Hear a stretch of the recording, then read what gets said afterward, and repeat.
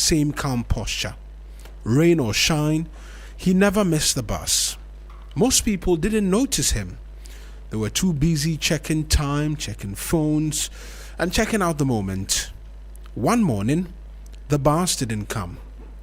Minutes passed, then half an hour. Some people complained, some left, but the man stayed. When someone finally asked why he wasn't angry, he said quietly, "I've waited longer for worse things." That sentence had a great message behind it. Years earlier, he had waited outside a hospital every morning, hoping for news about a sick daughter. Some days brought updates, but most days brought silence. He learned that waiting doesn't change the outcome, but how you wait changes you. So now he arrives early. He stays calm, he accepts delays without losing himself, because patience, once learned the hard way, becomes a discipline. Today's message: life will make you wait for answers, for breakthroughs, and for healing.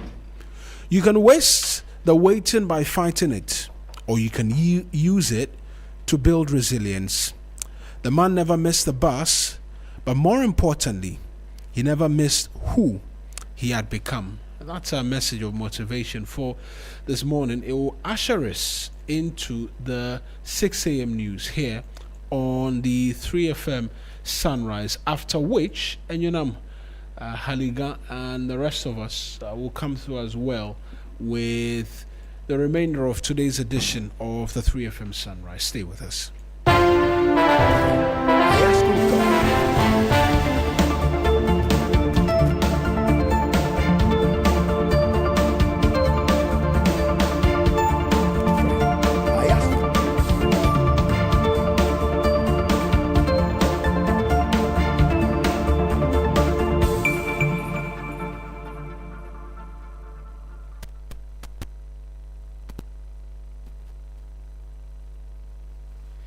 It's 6 o'clock. Welcome to the 6 a.m. news here on 3FM 92.7.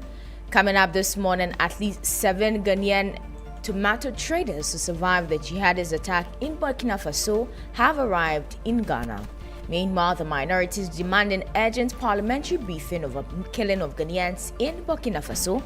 And much later in this bulletin, anti-LGBT bill laid again in Parliament as members of Parliament urge speedy passage to criminalize safe-sex marriages and other related issues.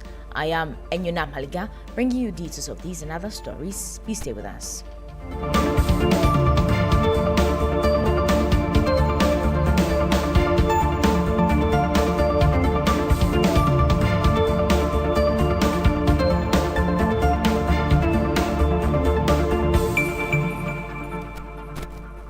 Thank you for staying with us. Now to our first story. 7 Ghanaian tomato traders who survived the deadly terrorist attack in Burkina Faso have safely arrived in Ghana. The female survivors were escorted by Burkina Bay security to the Ghanaian border in Paga, where they have been received by the Upper East Regional Security Council. 2 others who were critically injured have been airlifted to Accra for further medical attention. Our Upper East Regional correspondent, Castro Sanyala, reports that victims appeared traumatized. The Upper East Regional Minister says the victims will receive all the support they will need. The government has, however, confirmed that 8 Ghanaians have so far been killed in the attack, which occurred on February 14 in Titao in the northern province of Burkina Faso. But security analyst Emmanuel Kutin, who described the incident as unfortunate, said the evacuation of Ghanaians should have happened earlier.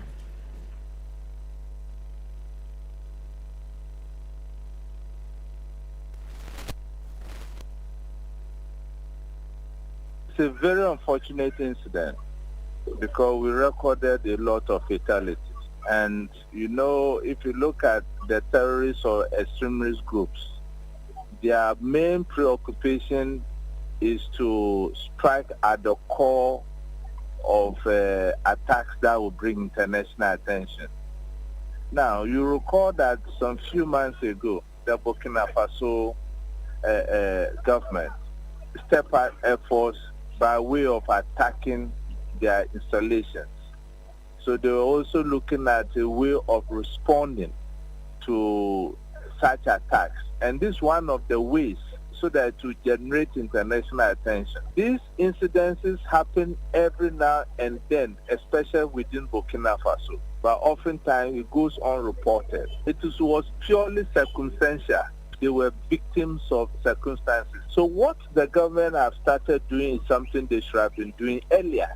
So what should have happened ideally is government collaborating with the Burkina Faso government so that they can give some kind of escort to our traders who that road. That was security analyst Emmanuel Cotton. In a related development, the minorities demand an urgent parliamentary briefing over killing of Ghanaians in Burkina Faso. The ranking member on the Defense and Interior Committee of Parliament, Reverend John Intim Fojo, says the defense and foreign ministers should visit Burkina Faso to apprise themselves of development following the attacks on Ghanaian tomato traders. Now, according to him, a direct engagement between Ghana's defense minister and his counterpart in Burkina Faso would help establish the true circumstances surrounding the incident. My expectation is that the Ministry for Defense, the Minister for Defense or responsible for defense, and the Minister for Foreign Affairs should be able to make a trip to Burkina Faso to be able to ascertain the facts beyond the reports that the Minister for Interior has put out. Our expectation is that they ought to pay a visit, a high-level visit, particularly between the Minister for Defense in Ghana and counterparts in Burkina Faso to ascertain the actual circumstances that led to the killing, and further to that, certain concrete arrangement put in place to ensure the safety of Ghanaians who travel to Burkina Faso. We also, the whole country needs to be apprised on what exactly happened and details of how the government is handling it. And that was the ranking member on the Defense and Interior Committee of Parliament, Reverend John Intim Fojo. Meanwhile, the Ministry of Foreign Affairs has issued a travel advisory urging Ghanaians to avoid non-essential traveling to high-risk areas within the sub-region amid growing security concerns linked to violent extremism. Now, away from that to Parliament, the anti-LGBT bill has been laid again before Parliament for consideration and passage to criminalize safe-sex marriages and related matters in Ghana. Another legislation seeking to lift current restriction in the Constitution on dual citizenship has been laid for consideration. Christian Yale reports the House on Tuesday also debated a reduction in cocoa prices. This bill has been wrapped in controversies ever since it was introduced from the 8th Parliament and then in the last sitting of the 9th Parliament when it was once advertised and taken off the order paper. Last week, the Speaker of Parliament gave a ruling and a communication on it in which he indicated that after careful consideration, the Human, Sexual Rights and Family Values Bill, which is also known as the Anti-LGBTQ Bill, satisfies all constitutional needs and does not impose any charges on the Consolidated Fund, and so it must be laid again before the House. Today, that bill has been laid and referred to the Constitutional and Legal Affairs Committee with support from leadership of the Human Rights Committee. It is the expectation of the sponsors, which is bipartisan. It is a bipartisan private members bill which must be on record. And the expectation is that within this meeting, this Honorable House and all relevant committees will attach alacrity to this bill to pass it with urgency, as a matter of urgency.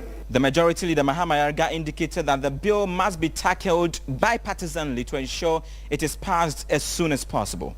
If we want to go partisan on this bill, it will be a problem.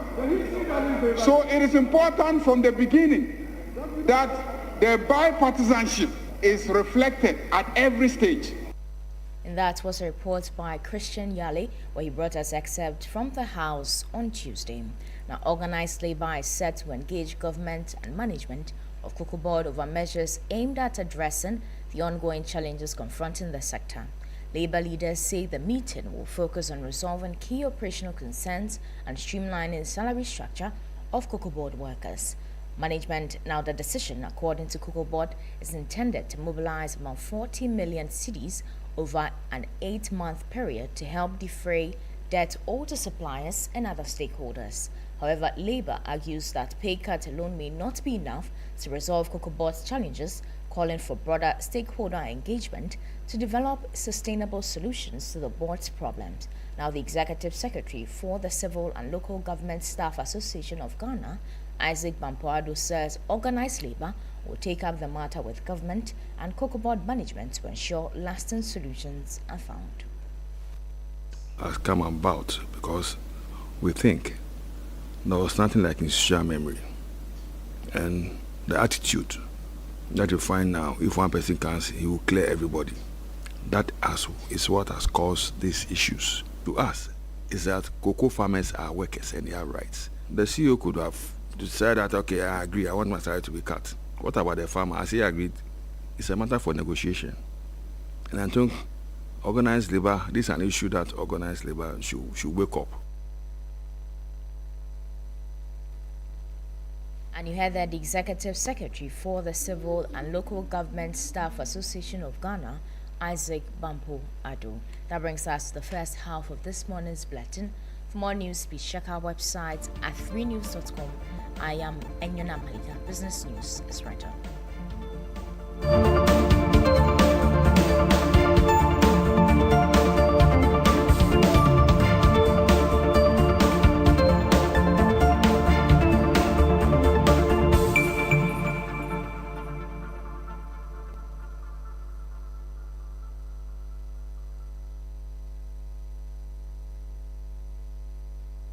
Follow us on social media, Twitter at 3FM927, Facebook at 3FM927, and also on 3news.com.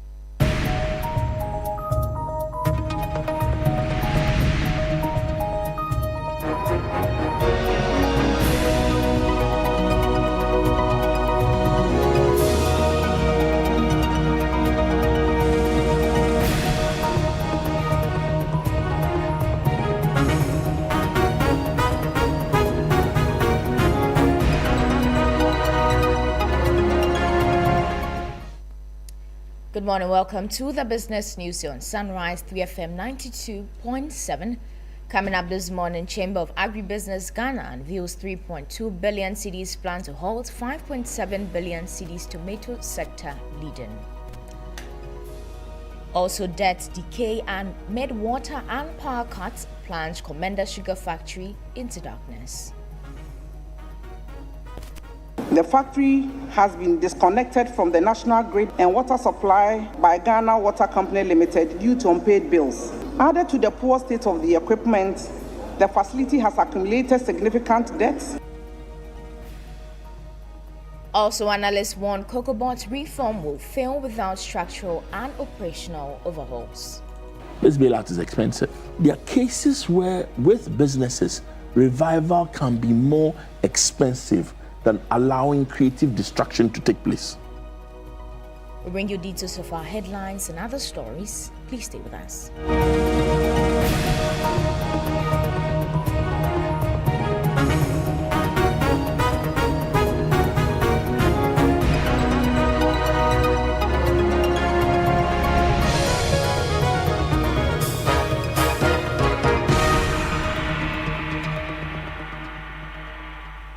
Thank you for staying with us. Now to a first story. The Chamber of Agribusiness Ghana has launched a 3.2 billion cedis national tomato production strategy.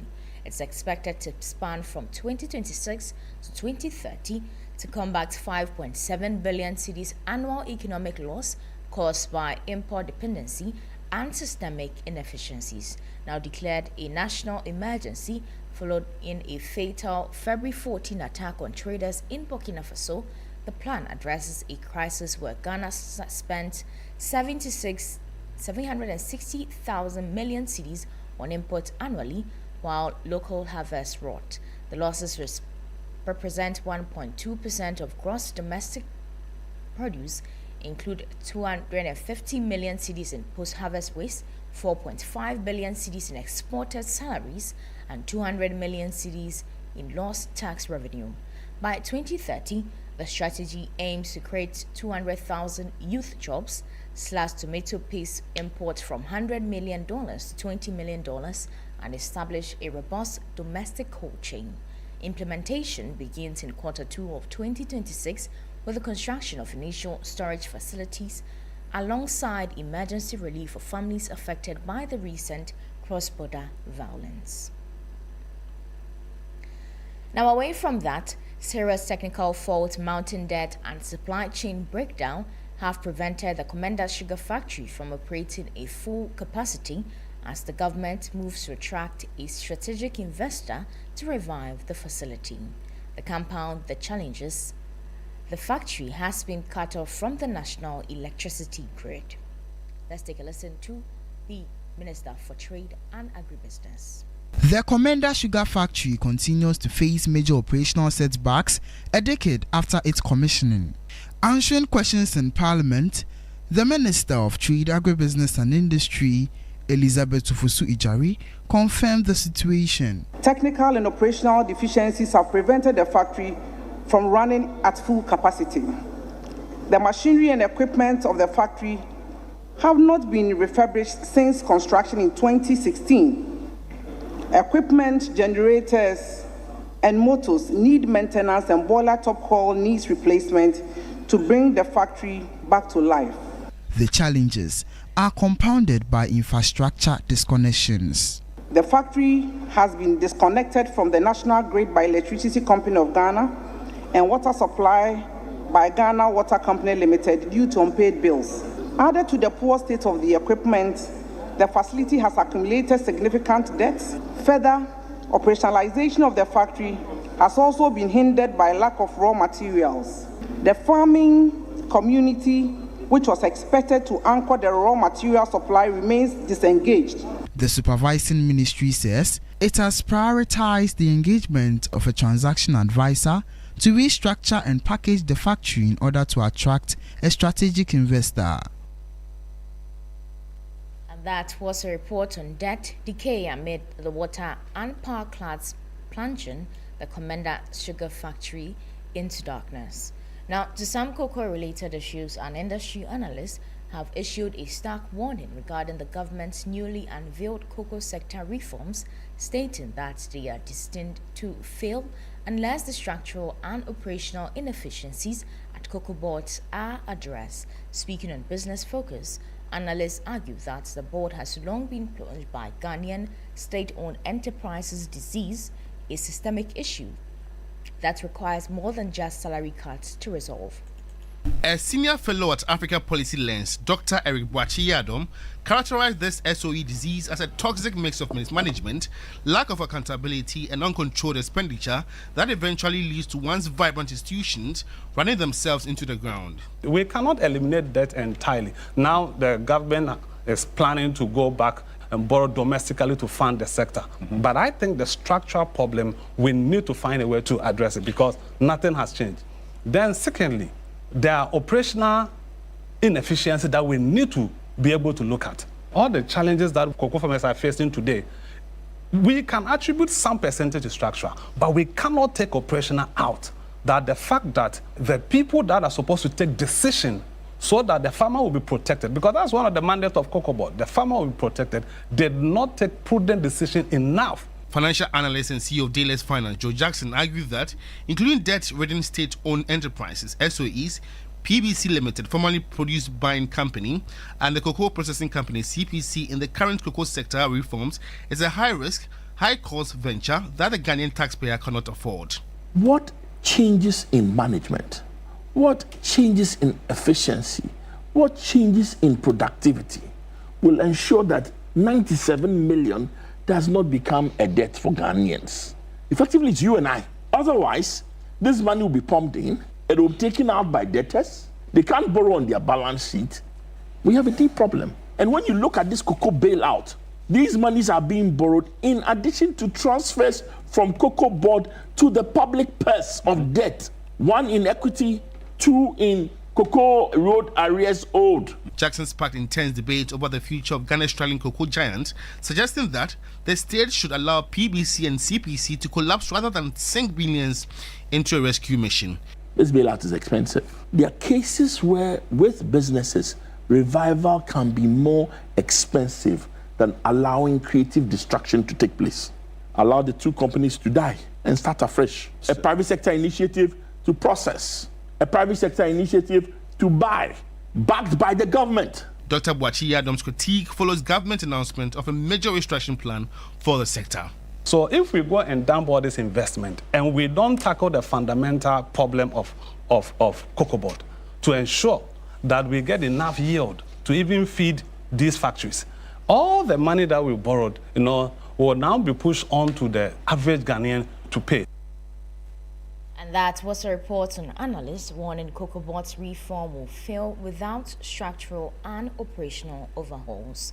Finally, before we go, a landmark report by the Africa Finance Corporation has revealed that Africa sits on more than $1 trillion in untapped gold reserves, a strategic stockpile that experts say could permanently stabilize the continent's volatile currencies. With global gold prices surging towards a record $5,000 per ounce in the early of 2026, the AFC argues that undeveloped assets worth roughly 2.5 times the continent's annual gross domestic product represent a rare macroeconomic shield against global financial stocks. Now, Ghana has already emerged as the continent's success story with the establishment of Gold Board in 2025.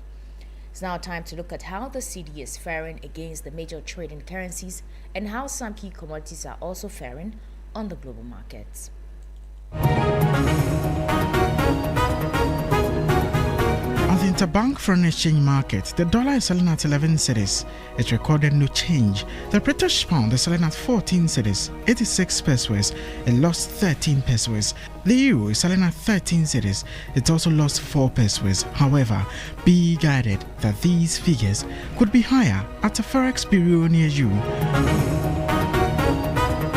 On the global commodities market, Brent crude is trading at $67.27 per barrel. Gold is trading at $4,884.57 per ounce, down by $107.51.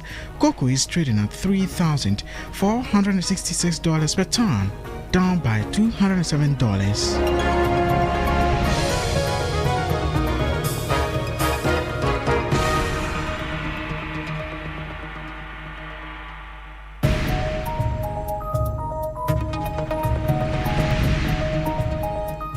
That was an update from the Forex and commodities markets. That'll be all for business news on Sunrise 3FM 92.7. For more news, please check our website at 3news.com.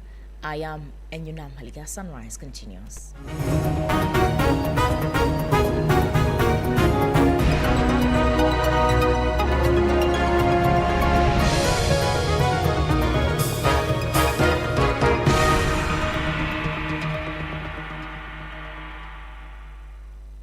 Sunrise on 3FM, the best in the morning.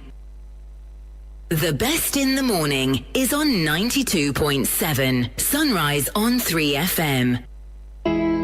3FM, Sunrise. 3FM, morning show. 3FM, 92.7. 3FM, your urban lifestyle radio. 3FM, Sunrise. 3FM, morning show. 3FM, 92.7. 3FM, Sunrise. 3FM, morning show. 3FM, 92.7. 3FM, your urban lifestyle radio. 3FM, Sunrise. 3FM, morning show. 3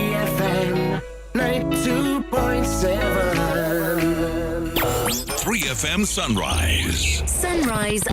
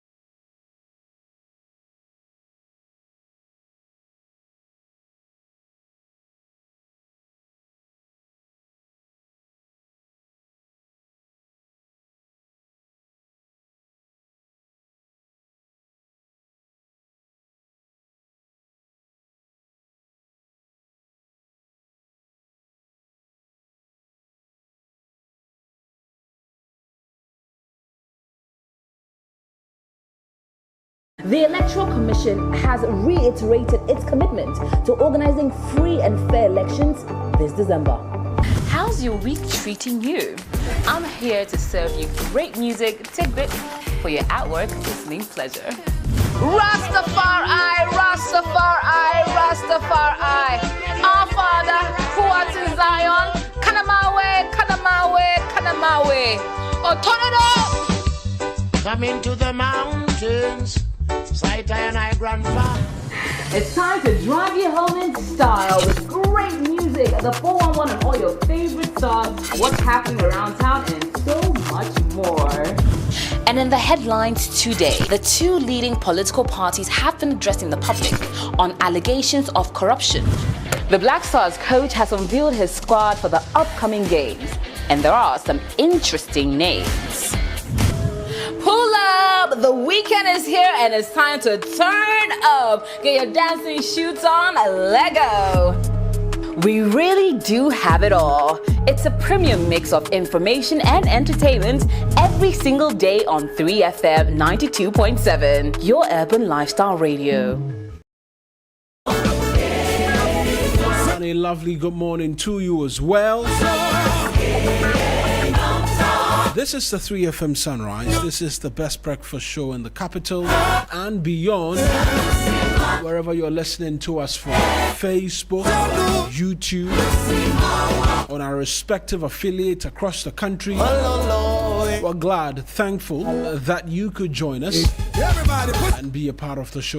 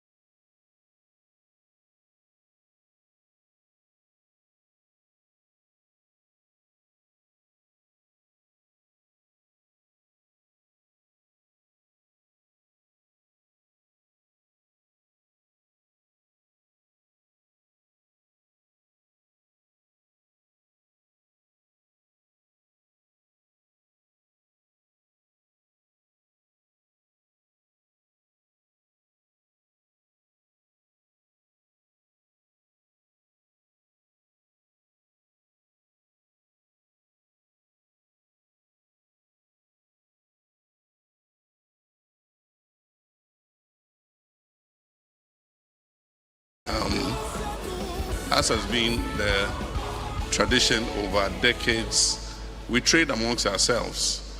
And so agricultural products from Ghana are traded into Burkina Faso, and agricultural products from Burkina Faso, Niger, onions, tomatoes are traded into Ghana. Recently, some traders from Ghana went to Burkina Faso to buy tomatoes, and they were ambushed in a village where they were transacting. Sunrise on 3FM. Armed insurgents, terrorists, armed groups attacked, and unfortunately, we lost a number of our compatriots. Happily, there are few survivors, and so the Ghana Army is arranging to medevac them from Burkina Faso so that those who are injured can continue to receive treatment here in Ghana. And so on behalf of government and people, we express our condolences to the families of those who were either killed or have been injured. Agriculture is one of the most important contributors to our GDP, and it is a business that has long been looked down upon. I have two experiences. One, the son of a farmer. My father was at one time the biggest commercial rice farmer in Ghana, and so I grew up on the farm. And so for me, agriculture is a passion, it's a hobby, and I just love to see crops grow. Aside from that, my second experience is I've traveled far and wide, and sometimes I visit a country and my colleague president invites me to visit his farm, and I've been impressed with what they do. I mean, public servants, ministers, every weekend if you go to East Africa and other places, you better not make an appointment with a public servant on a weekend because you won't get him. On Friday, they leave to their farm, they come back on Monday and go to work. And so what Andy was saying, it's in line. Public officers, ministers, MPs, traditional rulers especially, because they are the custodians of the land. One of the major hindrances to tree crop development is access to land. And so traditional rulers especially, should take an interest in this initiative of promoting tree crops. So in whatever geographical area of the country you are, if it's in the north, a shea nut plantation, if it's in Brong-Ahafo area, cashew, if you're in western region, rubber, cocoa, and if you're in Dodoa area and other places, mango. And so all of us must take an interest in the agricultural sector, and especially in tree crops. I want to thank Nana Kwebu-Ewusi. Andy referred to my own tree crop farm. Nana Kwebu-Ewusi gave me 50 acres of land, and I planted cocoa on the 50 acres. So I'm a cocoa farmer. And so when the price was reduced by government, it affects me too. I want to be able to empathize with farmers so that when we take any policy decision, we know that it has an effect on farmers and we feel it ourselves. If there's no fertilizer, if the price is expensive, I feel it myself because I also buy fertilizer. I recently acquired another 100 acres of land, and this time I've dedicated it to oil palm. And so we've planted the oil palm, we're putting in the irrigation system, and so I'm endorsing Andy's suggestion. When I'm going to do a reshuffle, the mitigating factor will be that you must have a farm. This has been determined and announced for the crop year. It is legally and contractually binding. Therefore, government cannot, in the course of the particular year, vary the producer price to the disadvantage of the farmer. We, the minority, Sunrise on 3FM. hereby call on the government as a matter of urgency to restore the producer price of cocoa in Ghana to its original value of 3,625 Ghana cedi per 64 kilogram bag with immediate effect. We also demand that government and Cocoa Board pay any difference that farmers and the LBCs might have suffered already by the recent announcement. Mr. Speaker, I so submit. Thank you so much. Honourable members, I thank the maker of the statement, but to order that the word "we" in a minority be expunged from the record, since that is not part of the statement before me. Yes, I will call on the majority leader to also read his statement. Mr. Speaker, I had thought that we would have taken this statement at a time when the Minister for Finance, who is responsible for the sector, would have been in the House to respond. Unfortunately, we have insisted on taking it today, and so I crave your indulgence to just read a statement of the Minister of Finance. Mr. Speaker, on Wednesday, 11 February 2026, Cabinet convened an emergency session to deliberate over developments in the cocoa sector. The session considered historical and systemic problems confronting the sector and took key decisions. The meeting noted the following developments in the cocoa sector.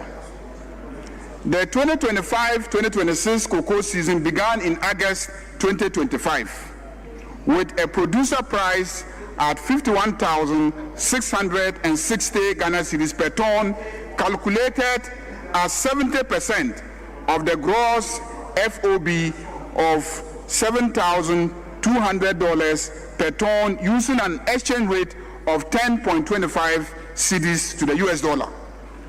On the 1st of October 2025, Côte d'Ivoire announced a new producer price 20% above that of Ghana. This decision by the Ivorians, coupled with movements in the exchange rate, resulted in significant difference in the producer price of cocoa between Côte d'Ivoire and Ghana. This price difference had the potential to trigger significant smuggling of cocoa, Ghana's cocoa, to Côte d'Ivoire. As a result, the Producer Price Review Committee adjusted the producer price to 58,000 Ghana cedis per ton to reflect an exchange rate of 11.5 cedis to the US dollar at the time. The decision by the Producer Price Review Committee to increase the producer price of cocoa made Ghana farm gate price competitive and stemmed the potential smuggling of Ghana's cocoa across to Côte d'Ivoire. From October 2025, Mr. Speaker, the world market price of cocoa started dropping. While the price was declining, Cocoa Board continued to sell the beans until the price went below $6,400 per ton, which is the cost of cocoa from the farmer to the port. Causes of the situation and the way forward. The current situation is largely driven by the unwillingness of buyers to purchase Ghana's cocoa because it has become uncompetitive. Cocoa from other producing countries is now selling at prices significantly lower than the producer price of Ghana. Meanwhile, Cocoa Board did not have the liquidity to purchase cocoa from farmers and stock for hedging or other trading decisions. This was due to the financing model invented in 2025, when the syndicated loan failed. Under that model, the buyers, off-takers, financed the purchases. By 2022, Cocoa Board finances had deteriorated badly. It defaulted and restructured the cocoa bills in 2023. For the first time in 2023, the annual syndication suffered significant delays due to loss of confidence in the Ghanaian economy. The first tranches was received in 22nd December 2023, 4 months after the commencement of the season. Cocoa Board projected an output of 800,000 tons and committed 786,672 tons in contracts in the 2023-2024 crop season. However, actual production was only 432,145 tons, a deviation of 45% from the projected output. 45% deviation in 2023-2024. Variations in crop forecasts typically vary between 5% to 15%. Hence, a deviation of 45% was unprecedented. This resulted in huge rollover contracts of 333,767 tons at an average price of 2,661 per ton.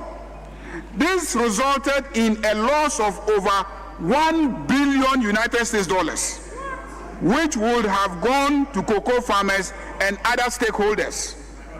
In 2024, COCOBOD could not pay the final tranches of the syndicated loan, which was due in July 2024, and received a $70 million bridge financing from the Ministry of Finance to avert a default, $70 million. Despite a commitment to repay the $70 million bridge financing owed to the Ministry of Finance, COCOBOD defaulted, highlighting the dire financial straits of the organization at the time. This debt has since been inherited by the current management of COCOBOD. Mr. Speaker, it is this context that dictated the proposal that was made by the Minister of Finance. The best in the morning. So what is the proposed reforms? A careful review of the cocoa sector over the last 8 years revealed gross mismanagement, which requires immediate and comprehensive reforms to address the challenges in the sector. Cabinet has therefore decided on the following reforms to guarantee a fair price to farmers, secure the financial viability of the cocoa sector, and ensure the long-term sustainability of the industry. To bring relief to unpaid cocoa farmers, Cabinet has directed COCOBOD to commence immediate payment of all affected cocoa farmers. B, a new COCOBOD bill will be presented to Parliament to implement an automatic adjustment of producer price to align with movement in the world market price, exchange rate, and other key variables, and guarantee a minimum of 70% of the gross FOB price to be paid to cocoa farmers. C, a new financing model for cocoa purchases and related operations with associated benefits for increased processing as follows. The current financing model was invented as a necessity after the syndicated loan failed, after 32 years of successful implementation, and it has proven not to be sustainable. The financing models entirely dependent on a buyer's willingness to bear the financing cost and to pre-finance the purchase of cocoa. That's the current financing model. The key motivation for buyers in the previous season was the rollover contracts price at about $2,661 US, when the existing market price were above 8,000 United States dollars per ton. Once the gap between the rollover contracts and the market price closes and the majority of the rollover contracts are serviced, the buyer will not be willing to purchase the crop. Alternatively, the previous syndicated loan model required COCOBOD to sell forward most of the raw beans to lock in contracts, which repays the loan and serves as the collateral as well. This system did not allow COCOBOD to optimize prices on the market. In addition, the use of the raw bean contracts as collateral for the loan meant that Ghana could not optimize its installed capacity for processing. The new financing model will utilize domestic cocoa bonds to purchase cocoa and repay with cocoa proceeds within each crop year. The bonds will be used to raise a revolving fund for COCOBOD to turn around at least once during the season. The model will also revive the indigenous license buying companies that have been completely thrown out of business as a result of the current financing model. The state-owned produce buying company, PBC, will be revived to resume full operation and become the lead licensed buying company in the cocoa sector. With this new financing model, Cocoa Board can sell beans of any volume to local processing companies to promote value addition and job creation. Cabinet has directed that with immediate effect, the remainder of the beans for the 2025-2026 crop season should be allocated for domestic processing. Cabinet has also directed that beginning from the 2026-2027 crop season, a minimum of 50% cocoa beans should be processed locally. Pursuant to this, the state-owned processing company will be revived as a matter of priority to become the lead processor of the cocoa beans. I have only this morning, together with the Minister for Trade, Agribusiness and Industry, met with domestic cocoa processors who have indicated their capacity and willingness to process more than 50% cocoa produced in Ghana. An agreement has been reached on that. In order to address the indebtedness inherited by the current management of Cocoa Board, Cabinet has further directed the Minister for Finance to urgently seek parliamentary approval to A, convert part of the legacy debts of about 5 billion Ghana cedis owed to Ministry of Finance and Bank of Ghana to equity. Cocoa Board currently owes the Ministry of Finance 3.7 billion Ghana cedis, which arose from the conversion of the non-marketable cocoa bills into a loan, and the Bank of Ghana a 10-year loan of 1.38 billion Ghana cedis. The debt conversion will restore positive equity and boost the international and local markets to support the operations of Cocoa Board. This will strengthen the balance sheet of Cocoa Board to enable it implement the new financing model for the purchase of cocoa and related operations. Cabinet has also directed the transfer of cocoa roads liabilities of 4.35 billion to the Ministry of Roads and Highways. From 2014 to 2024, Cocoa Board awarded cocoa contracts of up to 26.5 billion Ghana cedis, with 21.5 billion of contracts awarded in 2018 and 2019, 2020, and 2021 crop years. Despite an agreement under the IMF program in 2023 to rationalize Cocoa Board commitments of 21.7 billion to 6.9 billion, the previous board and management of Cocoa Board failed to conduct this exercise. The exercise has subsequently been completed under the supervision of the Ministry of Finance. The Ministry of Roads and Cocoa Board jointly conducted this rationalization exercise to reduce the exposure on cocoa roads. Upon the completion of the exercise, the total exposure of 21.7 billion has been reduced to 4.36 billion. Cabinet has directed that the liability of 4.36 billion be transferred to the Ministry of Roads.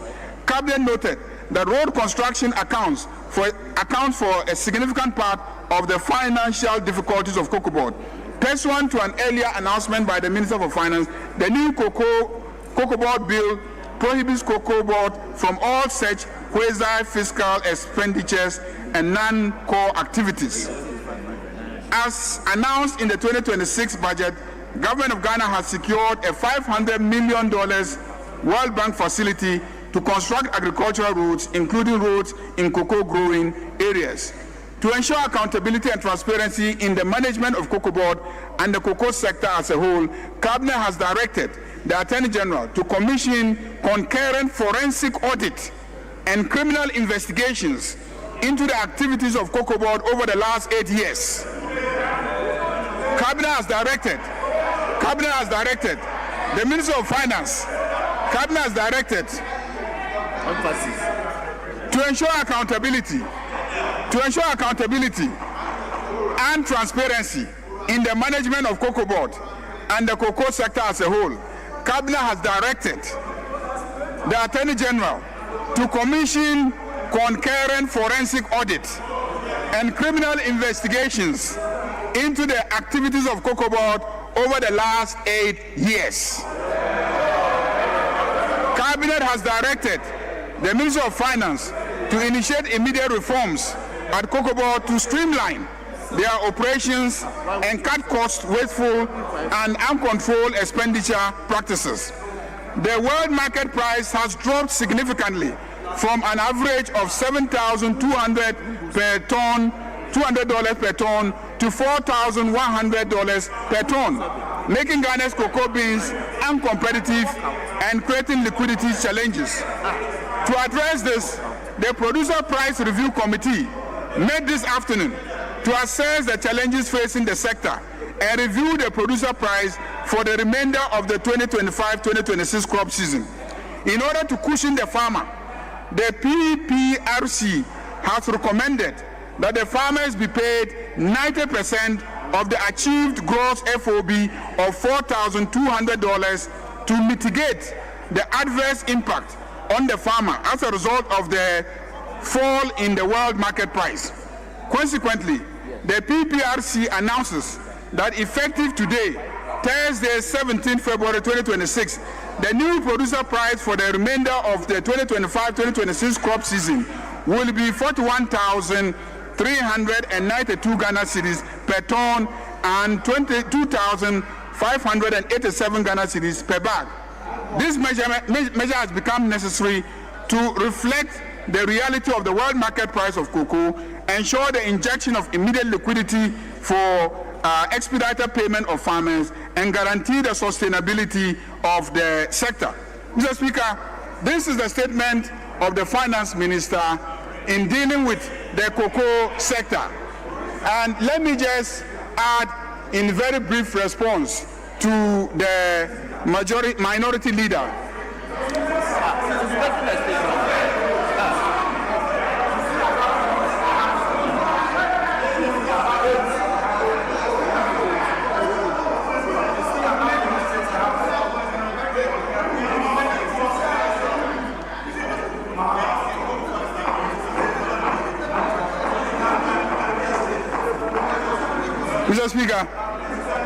Mr. Speaker, let me conclude my statement. Let me conclude my statement by indicating that there is nothing illegal about what has happened. That cocoa prices can be reviewed upwards and can also be reviewed downwards. And that when you review it downwards, it's not an illegality. Same way, when you review it upwards, it's also not an illegality. So the charge that reviewing it is illegal is unfounded both in law and also in practice.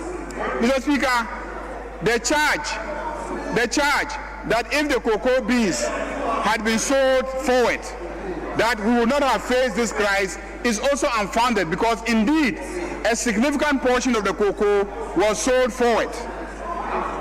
In every year, it is only a percentage of the cocoa that is part of forward sales. It's not every bean that you do forward sales. Very often you stop at 70% of the cocoa. Honorable, all the years. Honorable so, Majority Mr. Speaker, Leader, it is also not the case. Majority Leader, you are no longer reading the statement. You are commenting. And the issues relating to legality or otherwise is not part of the statement that I have received. So accordingly, I will order that it be expunged. Mr. Speaker. Sunrise on 3FM.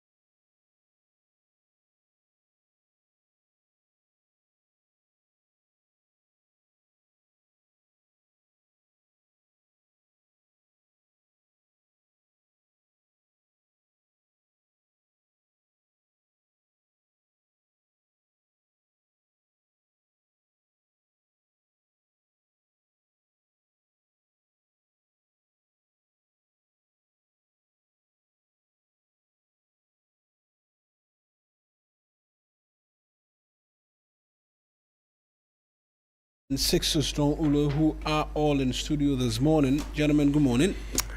Good morning. Why you say the good morning like did they kill you? I don't think. Why your enemy get you? I think my house people, they are trying to give me code that I don't want. Oh, the medication is so... No, it's not working. But the Daily Graphic this morning. But you cannot blame Obrin Pong for this one. No, I'm not blaming. He didn't even mention Obrin Pong. He said his house people. Who are his house people? Oh, but if you said house people... you mean the other house? I come from an extended family. Or your house is a nuclear family. Eh? Me. Mine is very extended. You know that already. My house is a whole community. I am actually a chief. In fact, when I say my house, it's a whole community. During Christmas, when we go back to the village, right? Usually they will have to rent 3 buses to convey all of us to the village and get some 3 Kia pickup to do top up, to do the luggage and the things convey from. My house is very big. We wish you well. Victims of jihadist attack expected to be evacuated. That's put energy into victims of no, the people have died. It has to be somber. People have died. But I think some of them came in yesterday as well. So maybe the medical evac by the people have died. So this is where I'll put the energy. Government pays 10 billion Ghana cedis DDEP interest. This is where I have an interest because my money will be paid. There will be no haircut. Can you imagine the photo that comes with this one? It's a Sakura. It's a Sakura. It's a finance minister. Atu Fawcett. Trade Ministry seeks strategic investor to revive Commander Sugar Factory. AG demands clarity over billboard demolition exercise. And on the back page is Nalerigu. Residents welcome lifting of curfew. New Hajj village to be completed end of year, according to the Ghana Airport Company Limited. And on the front page of the Ghanaian Times, Burkina Faso fatal attack. President Mahama orders evacuation of injured traders. That's on page 12. Mofa Fori signed landmark deal to digitize Agric. Police rearrest suspected cop killer. Oh, Chairman, they have rearrested the person. Sometimes so you are in court and they'll say they are dropping all charges against you. And then when you descend, you step outside. When you descend, there are people waiting to pick you up. If you do that to me, I will sue you for traumatizing me. No, but you have to be arrested. So wait, let me go out. But didn't you come out? No, let me go to my house. Then you arrest me on a different day. Oh no, but if you go home and they can't find you, what happens? That is your business. My job is not to make myself available. So as they have found you, they'll have to pick you up. No, I won't be evading arrest. I'll just be there. Charlie, the thing is painful. Usually, so relax. In court, they will do the thing. Be calming down. So you are happy that Charlie. Yeah, you are happy. Finally, I can go home. I can go home. Yeah. Then you step out. No. When you descend and come down, then they said, Chairman, it is very. It's more painful when they do to you at the Braka court. The Ajaben. This one, that's it. Yes. No, Ajaben is the other one. No, Chairman. The one they demolish. No, that's Kuku first. Oh, Chairman, slow down. The person who has been in and around the police says, Jabi, you are you not the lawyer? Oh no, that court existed long before I became a lawyer. Thank you. There's a whole history to it. IGP AG move. Did I tell you about my Cocoa Affairs court experience? No, what happened? So I was in a black suit with a white shirt. I had just gone to Cocoa Affairs court as a journalist. And there was this man who was sweating and he was so desperate. He said, lawyer, what's a biaba? Me lawyer no me huno. Bet me across. Chairman, me lawyer. Because you were in black and white too. Yeah. So he said, oh, Pacho Boame. Me say, oh, Pacho me lawyer. Lawyer for no mujina hono. Did you ask him why his lawyer didn't show up? He didn't pay. But now he had the money to pay and the lawyer was nowhere to be found. Meanwhile, the lawyer knew the case. And the lawyer understood the case. Yeah. Please pay your lawyers. Pay your lawyers. This one, the personal speech. But, no, yesterday I was discussing with a lawyer friend of mine. And he said that he had to go and do bail application for somebody. So he went for the first time. They did not give him the transport that they had agreed on, appearance fee. He went for the second time. The guy still didn't do. So the third time when the judge asked him, he said he removed the gown and the wig and give it to the lady in question. That my client has also been called to the bar. She will represent herself. Oh, wow. He said the judge burst into laughter. So then they asked the woman, are you able to do the advocacy for yourself? She said, no, I beg you. And I said, then go and see your lawyer properly and come back. Have you done the needful? You have not done the needful. IGP AG moved to compensate multimedia journalists after 8 years. Latif, he suffered. Finally. Beating in front of the police headquarters like a thief. You know, this has had a number of people raise questions about the previous IGP as to why a decision, or the previous IGPs, right? Why a decision was not reached to settle, because this matter has traveled for 9 years. Yeah. He was assaulted in 2017. Yeah, right at the frontage of the police. In fact, on the day, I can't forget that incident, because on that day... You were also reporting? Yes. Koko Anyidoho had been picked up. Yes. Over some comments he had made. One hot evening. No, it wasn't evening. It was afternoon. No, it was afternoon. It was at the International Press Center. Yes. He was addressing the You police. know, on that day, I hosted Asidun Ketia here. Really? At TV3. And I asked him about Koko Anyidoho for, like... Shaggy reasons. Yeah, your deputy secretary now, seems to have fallen, off, blah, blah, blah. And he said, I don't want to talk about it. We finished New Day at 10. By 10 something, gentleman was doing press conference. He said, gentleman, come, let's see you. He said he wasn't going to come. And I recall it so vividly because it was the first time I ever did a report live on something happening. And from him marching from the International Press Center to the police headquarters to the NDC supporters coming in their numbers, blocking the road at some point. It's the first time I had experienced chaos as a journalist, and I was reporting from... And they came out in their numbers. I'm telling you, the entire frontage of the CID headquarters was taken over.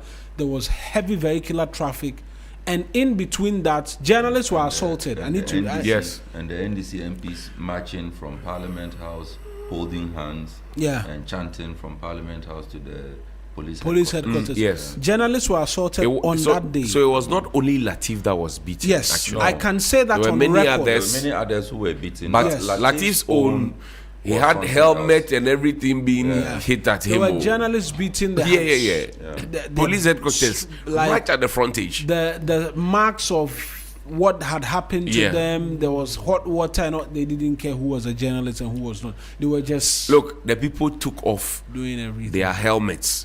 And they were just hitting the guy on the head, kicking him on the ground. Recall it was nasty. Parker was actually the one who came helping Latif out. Yeah, I remember. So when he came, he was like, "Oh, that's his colleague." Parker then Wilson. Of multimedia, now of Oyerepa, and hopefully this will not take away the pain he continues to feel every now and then. No, it will not. Because he's going to live on with this forever. The trauma, it was the midnight jumps. Things like this. If you have not had a good psychologist to talk you through life, you'll be there. Then the flashbacks, you panic. You panic. Yeah. In other jurisdictions, they call it panic attack, and it's a whole serious thing. No, here we say Nyame show. We are so used to. You say Nyame show. It had. On the back page, tomato traders suspend Burkina Faso imports after deadly attack. Hey. Yesterday we learned that we eat color, flour, and fat as tin tomatoes. Now they say they are stopping the importation of tomatoes because of the deadly attack that happened to them. How do we survive? Those of us who like salad, green salad. There's no tomato. Please don't start me off this morning. It's just a harmless question. You remember the multipurpose factory? Yes. That Dr. Bawumia said we had constructed. Yes. Said one of the good things we have done for the people up north. I don't know whether he's able to go to that town, that village. Do you know they broke people's houses? Yeah. To make way for that factory. And we spent almost $12 million. And we didn't build the factory. Ghana is a free state indeed. A free nation. Don't start me off. What has just entered my head if I say it now? Don't say it. I'm sure they will pick me up. Be calming down. Protect Katamanso Forest from destruction, encroachment. Ajimbo. What is annoying about this whole conversation is the way everybody has jumped on it. As is the tomato conversation. Everybody has jumped on it. We are hearing Deputy Minister say by 2026 they will do what the Deputy Agri Minister. Right. John Dumelo. You see, government functionaries tend to talk too much. It's the same thing that happened to Alaji with this Palugu factory matter. When things happen like this, they won't take time. They won't take their time. They rush to say things that probably were never even in the plan. Right. Or to oversay what the plan actually is not. Then a year down the line, you are hot. The conversation around tomatoes and tomato factory and tomato farming didn't start today. Right. It's a conversation that has revolved around a good number of generations, let me put it that way. But we had, Dr. Nkrumah had the Palugu dam. Yes. And the factory. We started off on a very good we said he was not good. But he had that. He didn't chop the money. Yeah, we said he was a dictator. But so those were not dictators. They took $12 million. It's not small money. No, it's not. At the time when we were talking, it's not small, not 12. No, at the time when we were talking about $12 million, the dollar was trading at almost 17 cedis. So now pause and do the calculation on your phone. No, don't. You need your sanity. Don't convert anything. No, but they chop the money. The money go. Yeah. So it's gone. This is one of this tomato industry conversation is one of the conversations that should remind every public office holder that we have failed our people. I mean, I cannot imagine how in fact, throughout the fourth Republican dispensation, we've been having this conversation. Yeah. So since 1993, we've been having this conversation. No, before 1993. No, let us make the history relatable to us. If we start talking about a champong and no, I'm not talking about champong. I'm going to talk about all of those. I'm going to talk about. It sounds far away from Council. I'm from going to talk about Dr. Buzia. We have senior people who listen to us. You see the thing that Cheddar said about the sea, taking it to Kumasi. The person who first mentioned it within our body politics is Dr. Buzia or Professor Buzia. Now, the reason we had that Kolebu Oblogo road connecting from the back was that one day, the history has it that he was driving on that Kaneshi stretch, the Kaneshi Malam High Road. And the market women were so angry that he had even suggested that he would take the sea from Accra to Kumasi. So they pelted him with tomatoes. And that was how come when he now leaves and he was going home to his Buzia junction, they created that Kolebu, Radio Gold Yeah. For him to go home. So that they will not pelt him again. Like Because yes, and because they were waiting for him. When they see him, they say, Boko can show by Akumase. Yeah, mo. Chopped tomatoes, eh? Yeah. Chopped tomatoes. So that is Dr. Buzie's story. And that has been taken out of the history books. We are well. We are not well. So this conversation, it has outlived us. We have public officers or office holders still saying things without guard and without guide. Look, we shouldn't be having conversations about tomato farming in this day and age. I have cited this example many times on this show. My own people, there's a place, it's a constituency now, Lambuse Kane constituency. That's right. Where I come from, Lambuse and Kane were under Drapa district. Okay. It was then Drapa Lambuse district. Okay. And Kane was part of that. And Kane was a hub of vegetable farming. They were not using any complicated this one. It was just a dump. And I know on authority that they were feeding not just the municipality but also selling in other bigger markets within the Upper West. Was the dam part of the One Village, One Dam? Maybe the problem with the One Village, One Dam was that they didn't learn from... No, answer my question first, then you can go and explain it. The One Village, One Dam was... your question. Yeah, okay. If the initiators of One Village, One Dam project had probably learned from models like the Kane Dam, we wouldn't have been where we are with I the said, One was Village, that dam part of the One Village, One Dam? That dam was there long ago. It was not a dug out something. No, it wasn't. It was a properly constructed dam. In fact, Ulo had the same dam, also properly constructed, but the Ulo dam kept. You see, we kept having this problem. I can only say it in Dagari.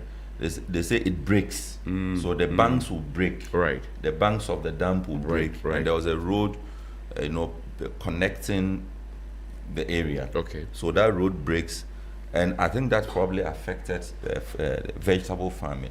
But if you are from the Upper West region and we are talking about vegetable farming, you cannot not know the town Kane. And like I said, it wasn't any serious technology. There's lettuce, there's cabbage. It wasn't any serious There's cucumber, there's onion, there's tomato. Of this? Carrots. What has become of it? That today we are still having these conversations. That today when politicians are campaigning for votes, they will tell us that we are mechanizing agriculture. We are moving away from the gadget-based economy to the and we are still at the same place. We are still using hoe and cutlass. It's a shame. You know, when I had my first degree at GIJ, there was some course that we did that was talking about Rosto and agrarian society, blah blah. You remember that, Marina? Good. All the things that we were taught, we have still not moved from stage 1. So there are 5 stages. We are still at stage 1. I finished long time.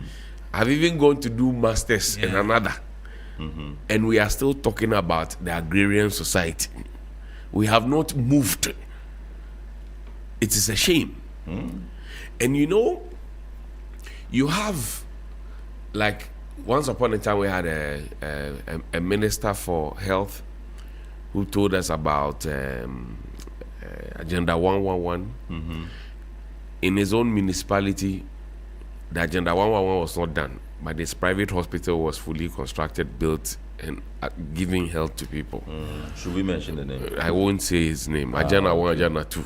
Okay. If you know, you know. But then it comes back to that conversation. If farmers are supposed to receive implements and inputs, fertilizer, whatever it is, and you have a deputy minister who is comfortable to sit on TV to say that, oh, the fertilizer that was meant for the farmers to grow whatever they have to grow, I took it and I kept it. How do you expect that any kind of sensible farming will go on? How? We started off as a country with state farms. Yeah. Where are they? Lost in time. Forget state farms. I am a village schools all throughout. No, I'm and schools had farms. I'm building a point. Go to Accra Academy. We have a piggery.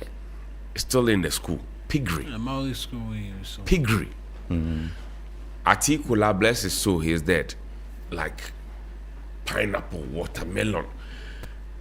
So when people start talking about Agric, it starts looking like it is some rocket science conversation. It has always been with us, and I don't get it. Struggle to take its notches My backyard higher. at home.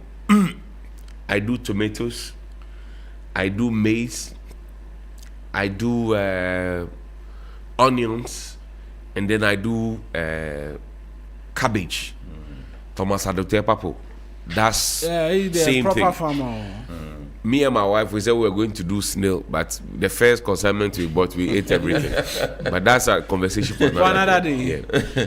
But then the point is that even in our homes, the big boys and big girls, nobody wants to do any backyard gardening. Even to have common flowers in their homes is a problem. So how do we look? So now this has been suspended, right?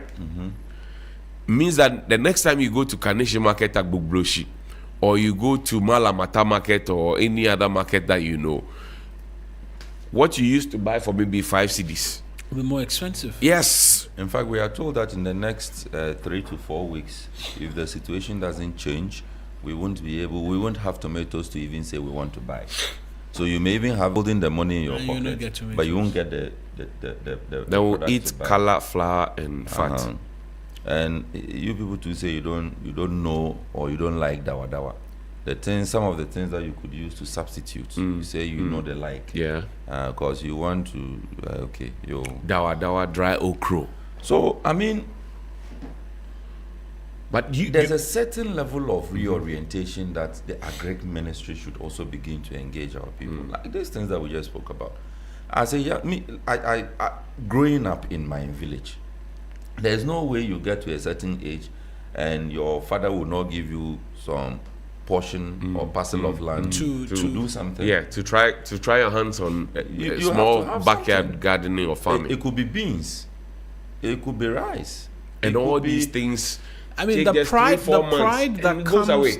that comes with having worked the land and and the produce watch out the of it. Yeah. Then you tell yourself, it's growing. Yeah, it's one and that these were actually things that were used to measure men.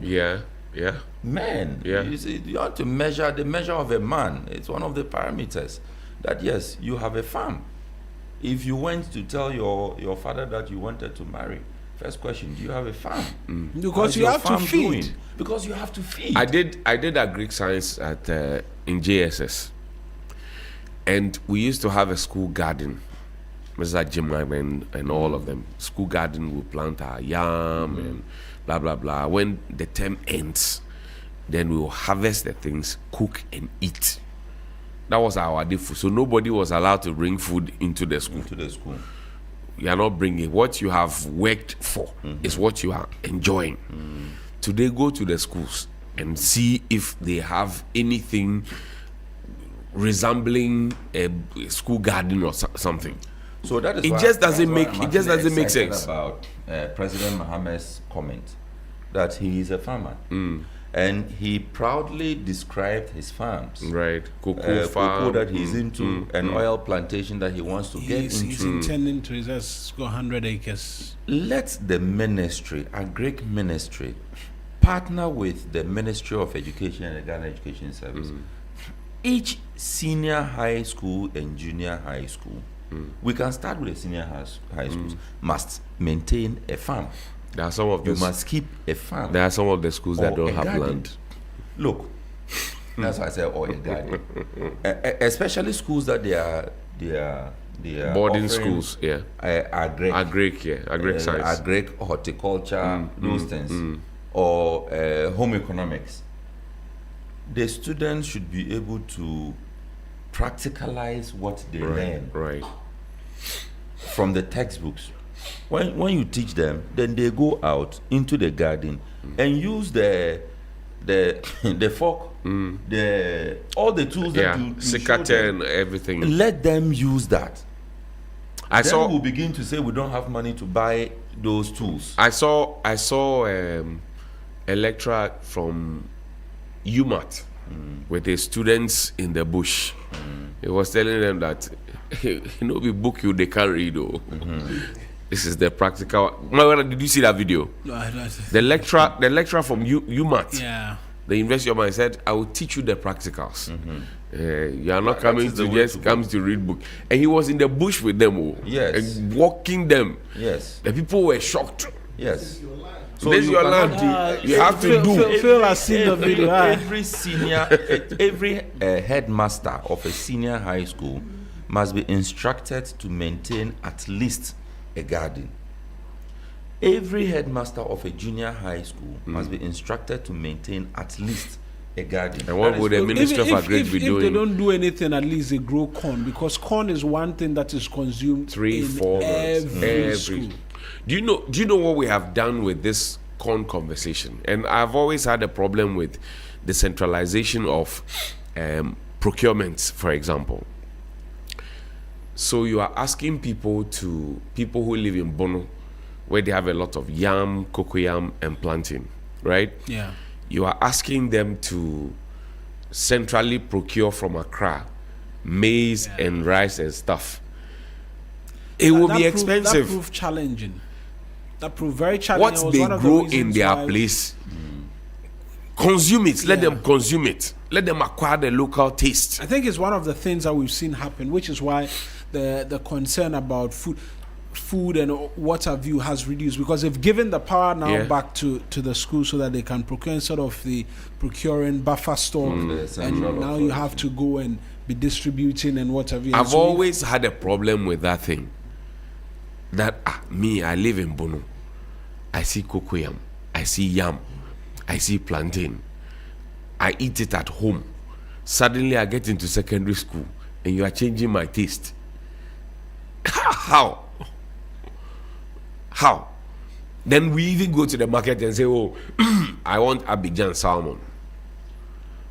We go to the market, and we won't buy the salmon that our people at Jamestown, Moray, all those people will bring from the sea. We say we are looking for Abidjan salmon. It doesn't make sense. Look, we went to do Obi at Jamestown. Did we not, Sixtus? When we went, I told Sixtus that, Charlie, let's do a claw. Sixtus said, what is a claw? Me, I don't, this one, blah, blah, blah. Then when we finished doing that, I actively discouraged everybody. I said, if you come and do your run store, you're on your own. Don't go and go back to the office and come and complain to me that I have brought you and something has happened to you. And you know me, I'm a proper gunman. Yeah. So I identified one of the women who was there, and I say, "Oh, madam, this is our small money. Can we do a claw?" I say, "Oh, can't worry, my family. Yeah, I know I come make about when we finished the show, then they did that claw. And a claw is not like a complicated meal. It's just fish, small seawater, mataclos, small onion and things they take like a mataclos. It's not complicated. When we finished, the people were saying to Sixtus and the rest that Ashihame, they didn't understand it because the people now, those we invited to join us to eat, they were now scared that Charlie, by you people, the way they chop the thing, and Helen, Sixtus, Kunzo Tian, everybody, Jonah, everybody say, Charlie, the thing they go on, the thing they go on. I say, I come before I tell you, you say no, a claw. And it's one of the things that we have stopped even eating. Yeah, I don't even know about a claw. No, a claw is. It is not your. Traditionally, it's no, not your. But it's healthy. No, I'm saying, the reason I say I don't even know about it is, I've lived here all my life, but for going to school and what have you, I've lived in Ghana communities. I was actually born and raised at Shiabu in Danso. Okay. You understand? Okay. So, I know Shiabu. That is where the the whole community, the sea. Yeah, the sea. Yes, Shabu. Yeah. That's why I grew up in, and that's why I picked up Gan very early. And that is why the name is Shabu. Sand hole. Shabu. You understand? So I should have heard about a claw, know about it, something. That's no what you call monosodium glutamate in a claw.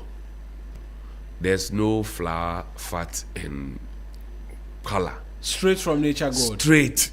So fish, seawater, onions, small tomato, garlic. for those who want to do that one. And it was like sweet. And the communal spirit, that sharing the meal, that also was something commendable. Anyway, Charlie, our time is going. We'll go eat and fried rice remember the Akachi South story we did yesterday. Yes. Teenage pregnancy. So the MCE has been informed that his municipality is causing trouble for him. So he has agreed to talk to us. And the municipal health director has also agreed to talk to us. Fantastic. So let me quickly run through Ghana's favorite newspaper. Then we'll call them. Then we'll talk to them. Go through these ones as well. Okay. So let me start with the New Finder newspaper, front page. Bond market activity turnover drops to 2.27 billion Ghana cedis. Youth underemployment providing temporary relief for Ghana's economy. Labor experts, underemployment. Okay. Trade and tourism ministers push Fugu industry expansion. Good, but don't hijack it. 30 to 45% of locally grown tomatoes spoil annually. So that's another link we need to add to that initial story. Put all the tomato stories together. And I move to Ghana's favorite newspaper, Daily Guide newspaper. It says Cocoa Board cuts salaries by 20%. Management calls for calm. Woman, 2 sons killed in bloody fight. May their souls rest in peace. Sky Train trial court orders ex-secretary to produce board minutes. Comes with the picture of Solomon Asamoah. And anti-LGBTQ bill back in parliament. Karimenga barrier attack. Police killer arrested. His name is provided as Aziz Abdul Idrisu, but his face is blurred out. So, the news center, customer experience is topmost priority through better customer insight in 2026, as according to MTN Ghana CEO. Suspected killer of police officer at Zebila arrested. 100 billion cedis pension assets now investable. Dr. Isiama. Goldfields Ghana's community investment hits $109.92 million. Cocoa price cuts highlights need for processing. That's according to the president. John Mahama. And Gold Board suspends a new gold buying license applications. And the last paper we have this morning, the new publisher, cannot left NPP. Is it me or this doesn't sound right? Ken not left NPP spokesperson. Okay, let me just take it as it is. Cocoa price reduction mid-season is illegal, as according to Apenyo Markin. Cocoa Board cuts salaries spending amid public outcry, and Fifi Kwete goes hard on appointees who want party positions in addition. Right? We're just going to connect right now to a few of the others on that Akachi South matter and bring you details of it just briefly, because today we're getting a bit more in terms of responses. And I'm going to take us back to that story again from yesterday's copy of the Overseer newspaper, that the Akachi South municipality recorded 314 teenage pregnancies in 2025, exceeding the national target despite intensified efforts by health officials to curb the situation. Sad as it may be, 6 girls aged 10 to 14 years were pregnant and 269 teenagers delivered, of which 5 were between 10 to 14. all making up 12.1% against the national target of reducing below 11.5%, according to Ms. Justine Sefako Alonyo. Those are the details from there. Let's get on to the telephone lines this morning, because we've been joined by Daniel Dagba, who is the Municipal Chief Executive for Akachi South, joining us on the telephone lines. Honorable, good morning to you. I trust that you are well. Yeah, thank you very much. I'm also well at your end too. The goodness of the Lord continues to permeate every fiber of our being, and we're thankful to God for life. We praise their name. Yes. What is happening in your municipality? Teenage pregnancy is very much... It's fine. It's fine, eh? Except that yesterday and today there were 2 fatal accidents involving a motorbike and then this long vehicle articulated tracks. Those are the only happening now. That's unfortunate, and lives were lost. Yes. Yesterday, 11 a.m., 1 life was lost, and this morning dawn between Georgia and Tajavu Road, near a village called Adechebi, also 1 life was lost, and then the pylon was critically injured. So 2 lives lost in the last 24 hours. Very well. That's unfortunate. But yes, very, very unfortunate. Away from that, and not wanting to treat that as a triviality, is the concern of teenage pregnancy within your municipality. 314 teenage pregnancies in 2025, way above the national average.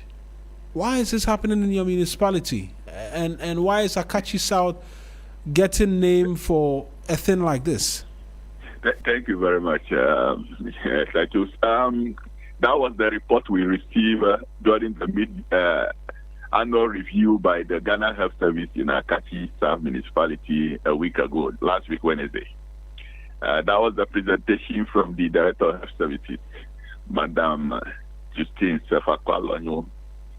She did a presentation. We were all taken aback because all efforts were made to reduce this kind of canker within the municipality over the years. But 2025, we were above the national average of 11.25. We are way above 12 point plus percentage. So we are all surprised at that figure because according to the report, 6 of the teenagers were between 10 to 14 years. Seriously. And in the past, we made some effort, like banning children from attending, teenagers from attending funerals, even trading in the market, while they were supposed to be in school. You know, my area has the biggest market in the Volta region, the whole of the Volta region. So every day there is always activity.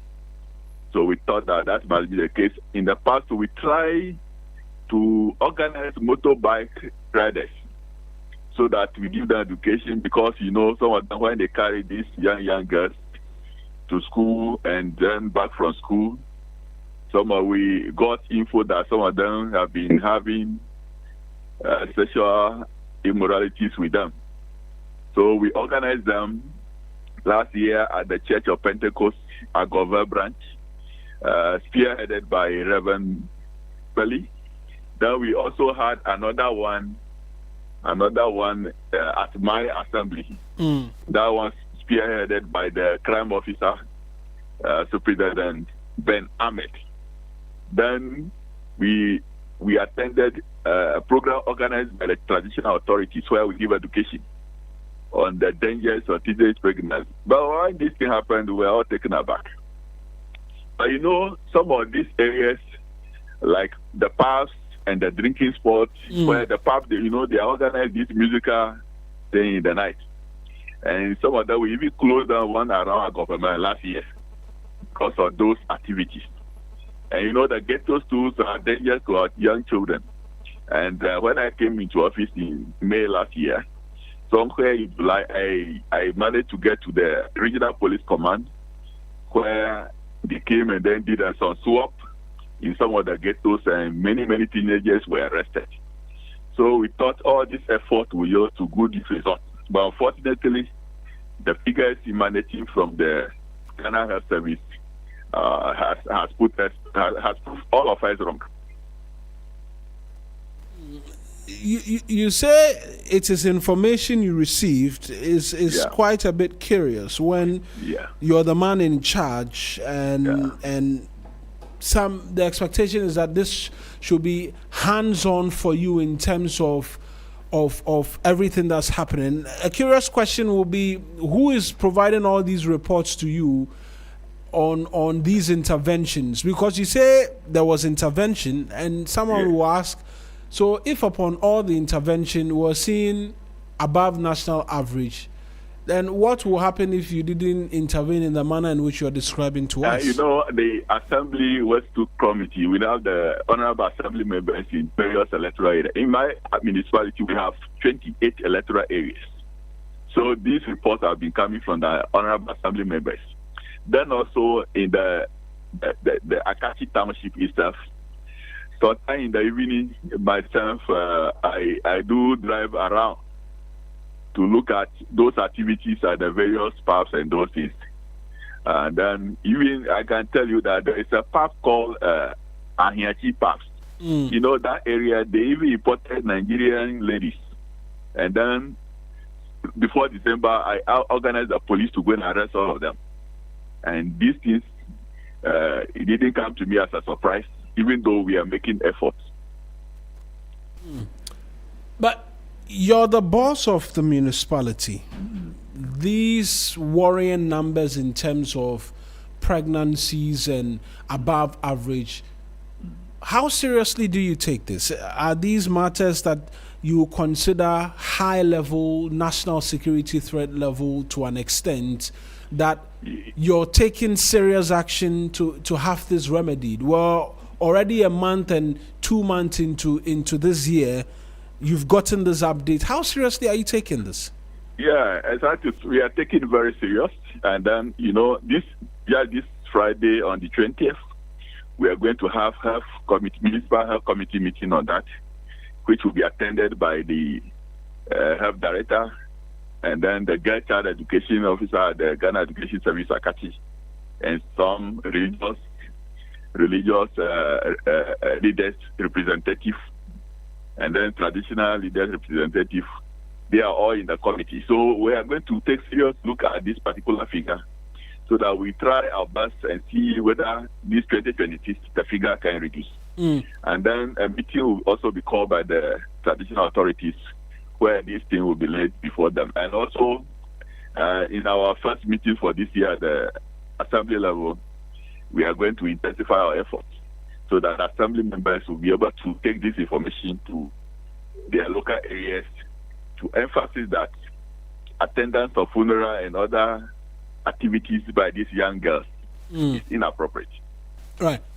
Let me bring in the municipal health director. She's also joined us on the phone lines, Ms. Justine Sefakwalonyo.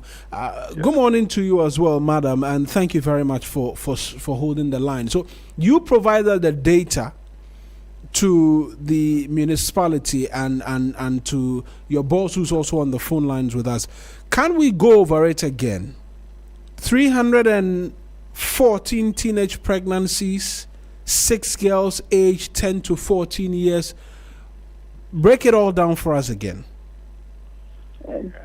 Thank you, Nawena, and then good morning. Good morning to my boss. Yes, it's true that at the end of 2025, we had a total teenage pregnancy mothers of 344.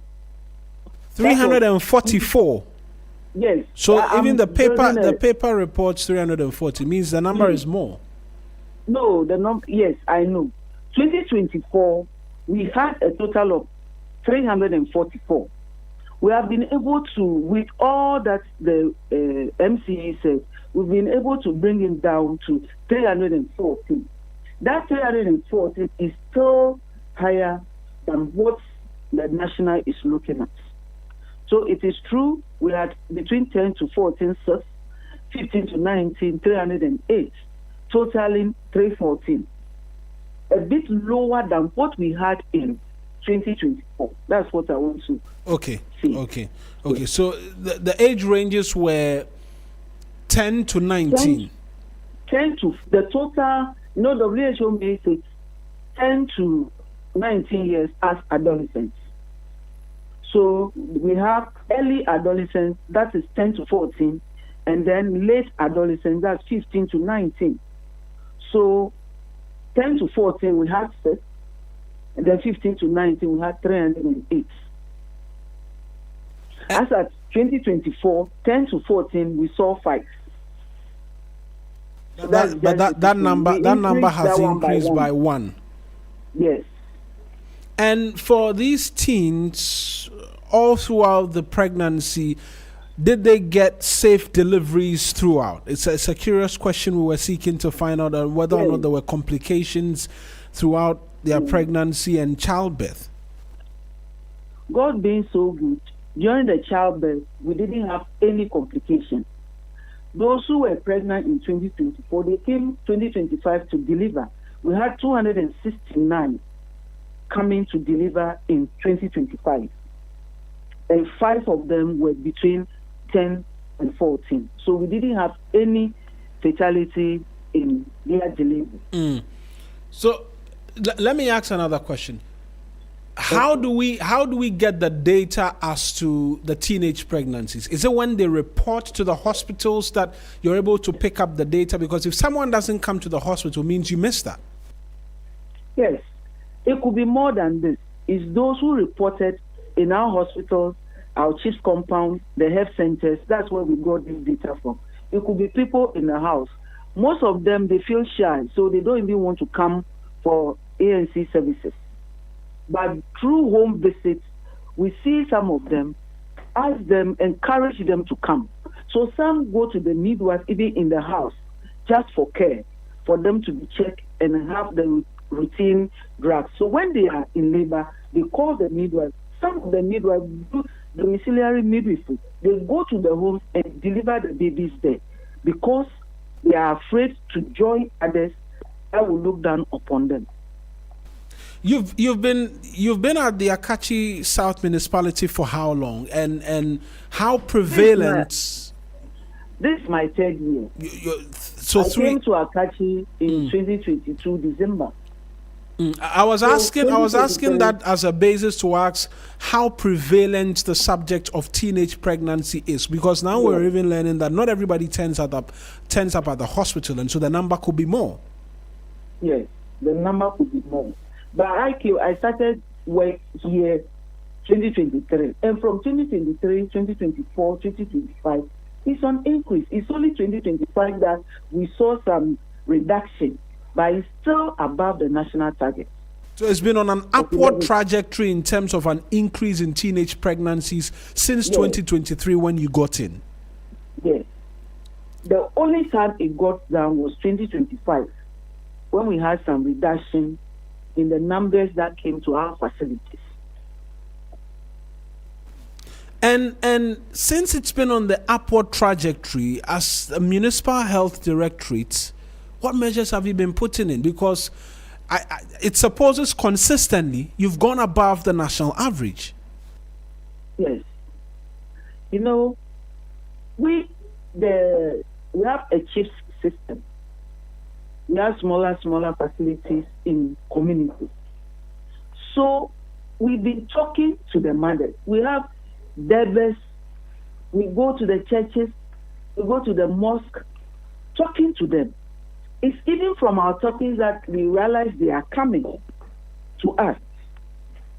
So the advocacy is there. We use the media. We're lucky to have 2 media facilities here that we use to educate the people. We also have what we call community information system, where we go and talk to the community directly. But in fact, what we are doing in Akachi South, supported by the MCV and the traditional rulers, we are surprised, though it came down 2025. That means our work is being, we are achieving something. And we'll continue to do that. So, but basically, that's what we do. We talk, we go to the homes, never use the information system in their communities to have conversation with the mothers. Because their mothers, when you talk to the girls, when they come for the clinic and you talk to them, you realize that parental control is a problem. Also, the girls themselves are not content with what their parents provide them. Your mother doesn't have a phone. You want to have a phone. So who will give that phone to you? The one who will give the phone to you will not do it for free.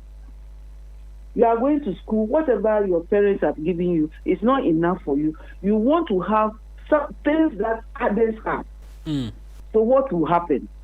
You go with these young guys, elderly men, who will have sex with you. And we've been preaching family planning also. Which was what I was coming to. That is the talk just centered on abstinence, or are we having conversations on contraceptive use and family planning as well? Yes, we talk about family planning. But when we are talking about family planning, then it's like we are encouraging the girl to use family planning and continue to have sex. But so sometimes we ask the mothers, if your child do family planning and complete the school and become somebody in future, is it not better than saying that we are destroying them and then the person will not use the family planning services and then the child gets pregnant? And it's not everybody that is bold. Some of the teenagers, they are bold, they go to school with the pregnancy, they don't mind. They deliver and they continue their education. But some of them are so shy that they stay at home. They will not even come for antenatal clinic. So we talk about contraceptive. And so these young girls, when they are coming to the nurses for the contraceptive, they feel shy. They feel that they will be stigmatized, that you, 13 years, you are using family planning. So because of that, they don't come. But our nurses, our community health nurses, are their friends in the community. So some go to them in their homes and then take the family planning devices and then they go home. Right. And those who come to deliver, we encourage them. Some of them accept the family planning devices before they leave the hospital. Right. Now some of them will also tell you that, ask permission from my mother. If my mother says I should do it, I will do it. So these are some of the challenges that we are having pertaining to family planning services to adolescent girls. Now, these challenges you've mentioned and the attempt at addressing them, I just want to get an understanding. How often are we engaging parents in the municipality on the concerns? You've mentioned lack of parental control as well. That will not directly and immediately fall within your purview if a parent is not wanting to keep tabs on their children as well. But in terms of the education, how frequently are we seeing it within the municipality? And are you getting the needed support to be able to even carry it out so that it can be effective? Well, we are doing our best. Unfortunately, we don't have any NGO for health in Akachi South. So we are not getting support from any NGO. You can go to the radio station, they give you free airtime.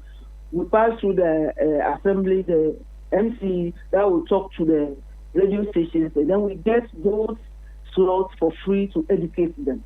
It is when we are doing better that we are able to talk to the mothers. Sometimes some of the girls will tell them that their mothers will ask them, oh, give me 5 CDs to go and buy this. Oh, the blouse that you wore the last time, give it to me, I'm traveling, give me your blouse, give me your handbag, give me that your slippers, The girls talk to us. So it's like the mothers don't see anything wrong with these girls, young girls, following the men. So it's never that we talk to the men, the women and their fathers. We realize that some of their fathers is like they don't care, but when we get them, we talk to them one-on-one. Especially when we see that this girl is coming from this home and is a teenage mother, we go to the home and talk to the mother and tell all the parents that this is the thing. She has delivered. Take the child. Just last week, a lady came. She came alone to come and deliver. We, the health workers, we contributed things to help the lady deliver. Even to go home, we have to take the hospital to its pickup to send this child with the social welfare to the community. And then they spoke to the mother, and the mother accepted the child. So we are doing our best. But the economic situation, poverty, and then somebody completes GHS and is sitting in the house not doing anything. I know our MP for Akachi South, Honorable Bernard Ahiafo, he has put a lot of these young girls in apprenticeship. So they send them to hairdressing and then dressmaking. A lot of them. Since 2023 that I came to this district, I've seen a lot being passed out, and they were sponsored by the MP for the area. So we are talking to them. We are doing our best, but it's like, hey, social peer pressure. They are doing this. As my MC said, you go to those steps in the evening, the kind of things that you see. He said, hey, these girls, they have parents. You see, so we can only advocate. We will give the education. With the education director, also help us. We do school health services. We go there, talk to them about reproductive services issues. So, in the other districts that I work, we have these youth-friendly services supported by PPAG. That we have a lot of things there. People come to play, even play soccer. They play volleyball, dummies, all sorts of things. So once they come, we talk to them, and most of them listen to us. But it's rather unfortunate we don't have any NGO for help in this municipality to help us with this. Right. Let me return, Mr. Dagba, Honorable Dagba, back onto the phone lines and ask straight up that implementation of policies and what measures they are seeking to take. I glean from what Mrs. Alonyo or Miss Alonyo tells us that they are doing their best within the confines of what is readily available to them, and there has been an upward trajectory in terms of the numbers for teenage pregnancy. This is your second year as MC for the municipality. The first time it came to your attention, you say you've put in measures, and yet we've seen again an above average number in terms of teenage pregnancy. What are the things that you're doing to ensure that next year around this time when we're having a conversation, because we'll put Akachi South in focus, we do not return to numbers like these again? Yeah, thank you very much, Marvin. As my health director has just said, we've done a lot, as you heard.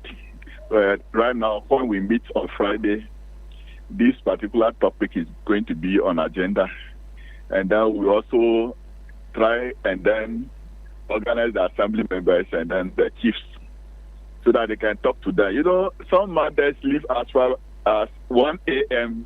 either to Lomé, Accra, any other market. So they don't stay at home to see to the welfare of their children. And the children becomes mothers every other day. So this is a challenge. But the challenges are there, but we try to do our best so that we can resolve them. Honorable, if you say you try, if you say you try to do your best. Honorable, you say you try to do your best. Yes. It's where I'm wanting to come in. Are we going to see tangible actions to try and have this corrected? Because since yesterday we've been on you. Action is to let Assembly pass a new bylaw, which will prevent these teenagers from attending funerals, also attending these discos, which I term as the past, and all these things. Because this is the only way we can prevent them. Then also, those little ones who are going to market to sell pure water and other things, while they were supposed to be in school. So on market days, myself, I go there, then I sack them from the market using the police. So if they are doing all these kind of things, it means that because they allow for the money, if they don't get it, then they go for these young boys and all that, and then they get pregnant. Right. And I believe when we put in these measures, it will put a stop. Not totally, but the numbers will go down. Right. Honorable, since yesterday when we began having this conversation, a realization that's dawned on us is poverty levels within the Akachi area, which is contributing to what it is that we're seeing. What are you doing I to admit that to elevate these matters? Akachi, Right. Last year when we had a meeting at home, we are even not among the districts in the water region, which had been started as poverty prevailing areas or municipalities. Because of the market and then the farming communities, and I can tell you that we are not the district or municipalities who are within the poverty level. Yeah. So that is not a contributory factor, because Mrs. Alonyo or Miss Alonyo tells us some of the women encourage their children to go, give me your blouse, what and what, which suggests there are poverty levels which is forcing some of these persons into this. The mothers, they don't ask them, where did you get this thing from? You know, little children around 40 years using iPhone, which presumably I don't even use. Are you getting that? So the mothers, they don't ask them, where did you get the money to buy this kind of phone? You know, iPhone is very expensive. Are you getting that? Right. So if the mothers begin to ask their children where they are getting some of these things from, then that will be the solution. Because there must be a boy who is providing the finances. And as I said earlier, the mother, they don't have time for their children. They jump from one market to the other. As I said, from Lome, some goes to Accra. Like our place, every 4 days is a market day.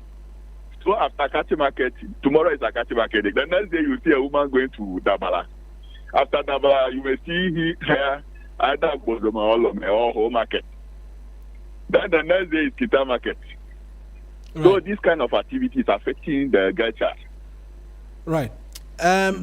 We'll return to you again next year, hopefully. But let me give the final word to Ms. Alonyo on what actionable plans as well she intends to take within her purview to see to it that we do not see an above average in terms of teenage pregnancy numbers by the end of 2026. Okay. Thank you, Marina. We will, that Friday program, as MC said, the District Health Committee, we are going to discuss this issue. And then the school health services, that's where you get them. So we'll intensify our school health services.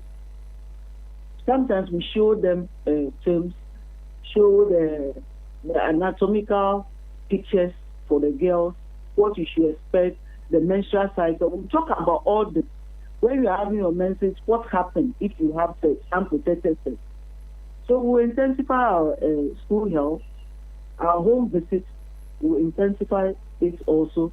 The radio programs that we have, the community information system that we use, we'll continue to advocate for these young girls, give them education, enough reproductive health patients for them to understand their body. Right. So we will continue to have David to talk to the mother. So next week we'll be doing some special home visits to some homes in some communities. The hotspot areas, I believe. Yes, yes. Some of our sub-districts that we realize these teenage pregnancies are coming from. We'll be tackling that next week. So,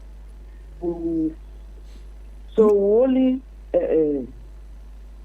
I have just 1 minute more.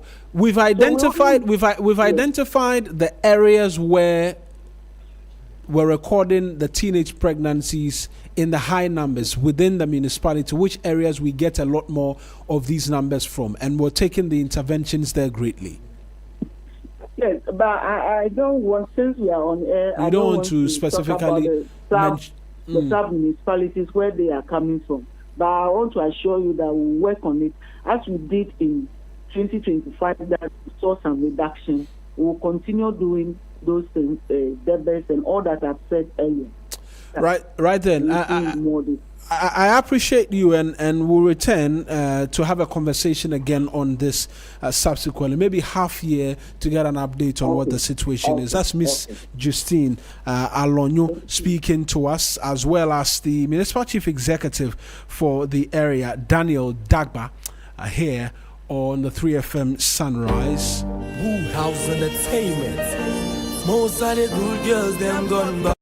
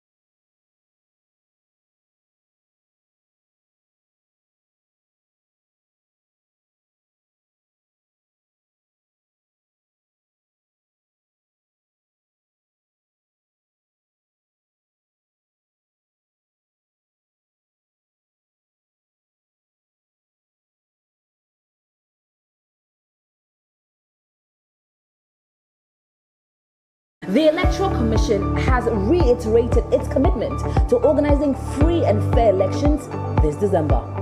How's your week treating you? I'm here to serve you great music tidbits for your at-work listening pleasure.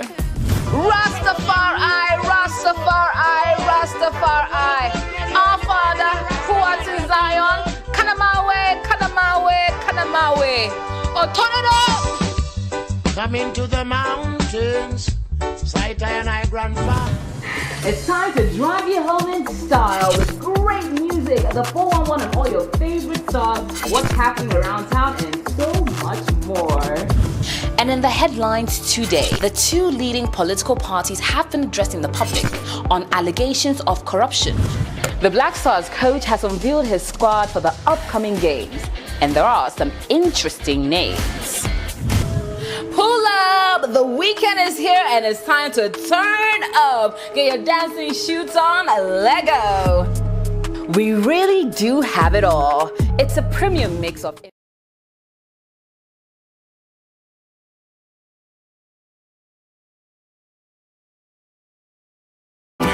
Corey, DJ Phil, Jerome, and it's live. Morning by morning, every week morning. We're getting into some cocoa conversations. Your death when you're gone, that's right, legacy is left in the area. Prince Derek Eje is a former deputy CEO of Yes, Youth Enterprise Support. And also, Abel Buckman, Deputy Director of Communications, the national party known as the United Party. Mark Ewusi Ako is the convener of Election Watch Ghana. They have joined me here in flesh and blood. Gentlemen, good morning to you all. Good morning. Great. And I'm still alive, surviving the master plan. How was your Valentine? My Valentine is every day. Every day is Valentine for me. Very good answer, actually. Yeah, every day is smart man. every day is good Valentine. I don't want to be in trouble at home. I know. Ebo, how was your Valentine? Oh, was dry. Oh, Ebo. No. You. Of course, if I say it was dry, then I'm not being fair to you because you gave me a chocolate. Oh no, that one, it was to calm you down, because when you came here the other time, you wanted to do things and say things, so we had to calm you down. Okay, so that was it. That was the only thing I had. Oh, only my chocolate? Yes, and I didn't step out too. You know me. I'm not a Valentine fan. I believe that every day should be a day of love. So right. I don't really pay much attention to. That is why I don't even celebrate my birthday. Even my own birthday, I don't celebrate it. So how much more? Are you a Jehovah's Witness? Jehovah's Witness? No. I think every day is no. So every day is your birthday. Yeah, every day is my birthday. Every day is Valentine's for you. Every day. Yeah, that is. You know what I was thinking? No. I was thinking it was going to be more of like chocolate day kind of thing, because we're going to discuss cocoa. Right. I was thinking that was the line it was going to go. We actually distributed chocolate here, courtesy CBG. But the day is past. It's not, no. Every day is Valentine. Every day. No, but today we don't have. What we had, we shared. Okay, then buy me one. No, I'll order one from Google Play Store for you. I did a good Lamashibu Valentine, actually. Okay. The new Lamashuna, right, who is Mohammed Idrisu, brother to the education minister, right, Harun Idrisu, right, came from Tamale to visit his brother. So we went together to the 37 hospital to visit him and the other accident victims who were in very good spirits and all that. Right. And then after that, we did some family time. Right. I got some chocolate from a filling station I'll mention. So I'm still waiting for yours. Okay. The Lord will provide. Yeah. I will have to call our friends at CBG again. Misako, how are you? I'm doing very, very well. You're looking very much like Northern Chief. Yes. Are you? I'm not. Are you a titled man? I'm not a titled man. I'm from the fancy land. I'm a titled man from Accra, but I'm a titled man in the north. I think I remember. Yeah, you should remember. If not, I'll let you take off the smoke that you have. President Derek, let me start this conversation with this chocolate cocoa conversation. Are we blowing it out of proportion? Well, first, good morning, and for the benefit of viewers out there who are not watching TV3 or other station, right? I think proud to starting this conversation, following what's being discussed on your other network, and very strange things are being said by former officials of Cocoa Board who should know better. Fifi, yeah. What has he done to you this morning? Fifi is a very good friend. Yes, of course, he's our friend. Bottom line is that if you're my friend and you're not making sense, I won't say you are. Oh, but what did he say which was out it's of? It's on the screen, or it's been taken off. No. Thankfully, it's been taken off. The program is on. No, but I'm saying that the super. Okay, right. The caption had been taken off. What did he say that upset you? You see, they have created a problem. That is. When you say they, who do you mean? He was a manager at Cocoa Board until recently. That's right. He was a radio journalist before that. That's right. And most people didn't know him to be an MPP person until yesterday when he declared same on Asempa, and I listened to Fifi. And he was saying that he was proud, listen, and so on and so forth. It's not about whether it's MPP or not. You're a Ghanaian, you've been called to serve. You serve, then you account for your stewardship. That's right. Now, you do not pass the buck, especially when you've created a problem. Or you are part of those who created the problem. And that's my problem with Fifi. Now, when solutions are being preferred by another set of people, at the very least, be constructive. In fact, the saddest part of all of this, and the reason why I'm not happy with Fifi and the other colleagues of his in the MPP, including Baumia, is that they had set out to play mischief with Cocoa. They wanted to play Cocoa politics, so they sent the mischievous miracles into the hinterlands. I beg you, please slow down. Yes. Let's tone down. Name calling, I don't. Oh, facts. He had admitted that he was being mischievous. Oh, okay. Sorry, I dropped that part. Yes. No, M&M miracles. It's That's not right. mischievous. So. Oh no. That's synonymous. No. Okay, fine. I dropped the mischievous. Yes. But he didn't perform any miracle because he's been found out. Now, he claims 30 young people were deployed into the hinterlands and interacted with various cocoa, producing people, blah blah blah blah. Some of whom have turned out just to be MPP sympathizers who have been put up to mischief to pretend that they are cocoa farmers who are demanding that government does something when government has done even better. You don't believe that this introduction of Fifi Boafo into this conversation is not fair to him because he's not here to respond to you? Oh, he's in your... Yeah, but he's not on this platform. He's on another platform. He's just next door. But he's not here to respond. Oh, but you can invite him in. I'm sure Fifi, being who he is, can just shuttle. Once he's done his submission, he can just pop into the studio. It's just next door. Just pop in. But your government promised to do better with cocoa farmers. And you said that you were going to pay them more for their cocoa beans. Have you done just that? Okay. Going to means future. And there are immediate concerns that are being addressed. For example? I think that, you see, first you must look at the problem that has been inherited, the environment within which we currently find ourselves, and then based on that, adjust whatever promise, but keep your focus on as we're delivering on the entire promise and even upping it. And I think that's what exactly the government has done. Beautiful excuse. No, it's not an excuse. No. You know me, I'm one who, if NDC is doing the wrong thing, I'll state it clearly without, any... But you told everybody, the whole world, and Nebo will remember this, that when you come, the price will change. It will go to 3,000 per bag. You were going to do 6,000. You were mentioning things. So here's what it is. First and foremost, you have a situation where many things were going wrong. The economy was in a totally wrong. Sunrise on 3FM. First thing in terms of priority was to make sure that things are stabilized. It's been done. Now, the cocoa pricing issue is multifaceted. Now, the problems with Cocoa Board also, or the cocoa sector, are also hydra-headed. Now, I'll start with one. Now, you see, the financials of Cocoa Board was in trouble. What the government has done so far is to as the hype of some areas that are not core business of Cocoa Board, for example, Cocoa Roads and so on. It's been taken off their books, it's been sent to highways and so on. The Ministry of Finance has kind of ring-fenced various debts, and the debts are in billions. I'm like, crazy billions. Now, you have a situation where you're in such a big hole. To make payments, it's not that easy. So what we've done is that we've looked at what can be paid immediately and what will be paid in the future. At the end of the day, I owe you, let's say, 100 cedis. I'm going to give you the 100 cedis. But today, I can give you, let's say, 50. Right. And then I'll give you the rest of the 50 over a certain period. It doesn't mean I'm not giving you 100 cedis. But we have to be realistic. The other thing is that, there are people in Cocoa Board who are getting serious monies, and that I must admit. Various CEOs and various many state-owned enterprises get crazy amounts of money. That is a different discussion altogether, which the NPP want to make the front burner, so that the Ghanaian who is a cocoa farmer would think that, but Randy is getting so much, why am I getting so little?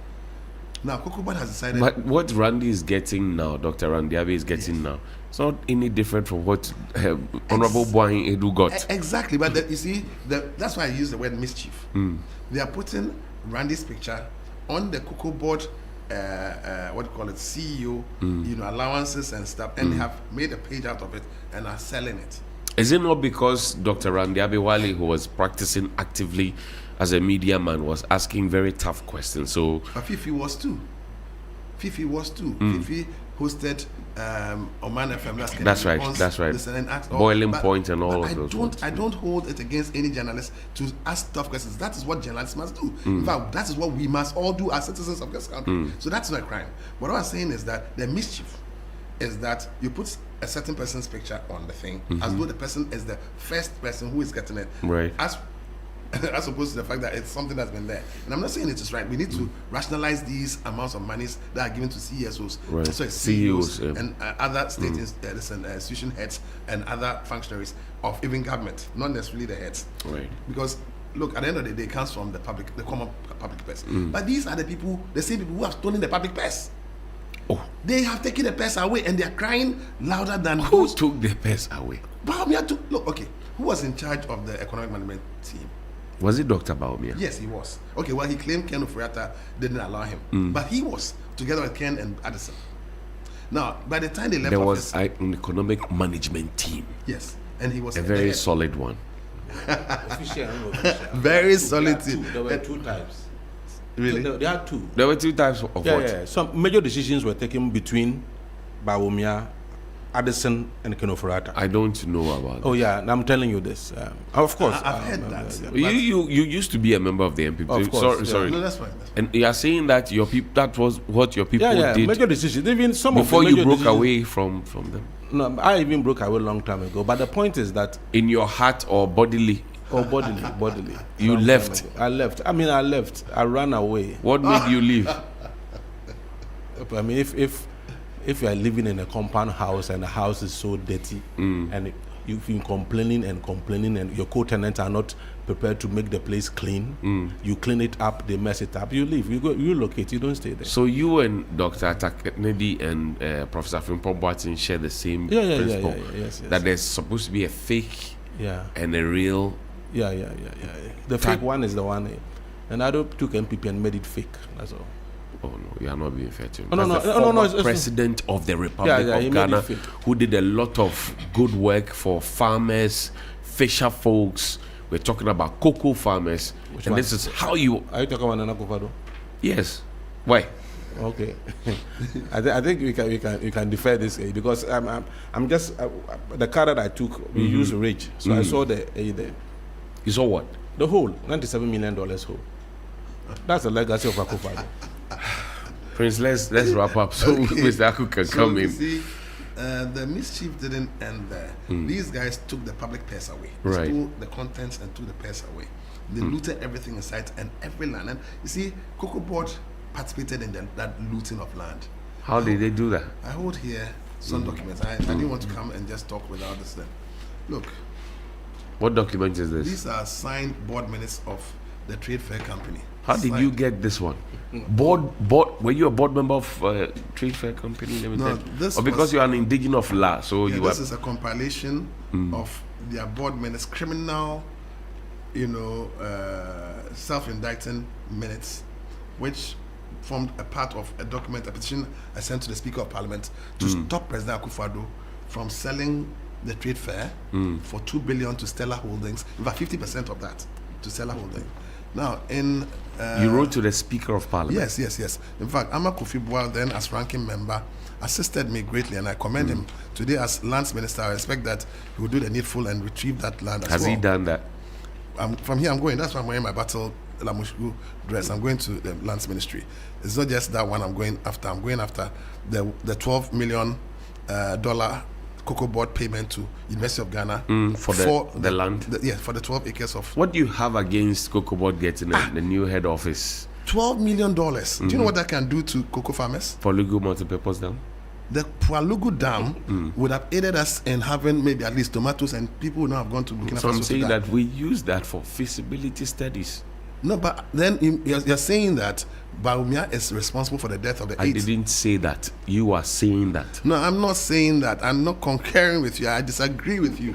Bawumia had nothing to do with the death of the 8 Ghanaians in Burkina Faso. And I didn't say that as well. But if the Palugu dam had been done like he claimed had been done, I'm sure there'll be a lot more tomatoes here, and so they wouldn't have gone. So I agree with the general thought. But that he is totally responsible, I think it was a collective decision. Now, on page 4 of the... I want to find out how this is related to our cocoa conversation. I'll show you. You see, it's a signed document.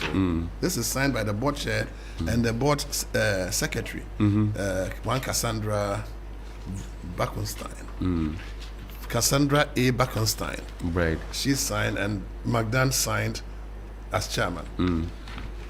Among other things. And what is inside this document? Yes, among other things, on page 2, the CEO further reported that the architect would meet with the CEO of Cocoa Board on Tuesday, 17th April 2018, to agree on where to allocate land for them.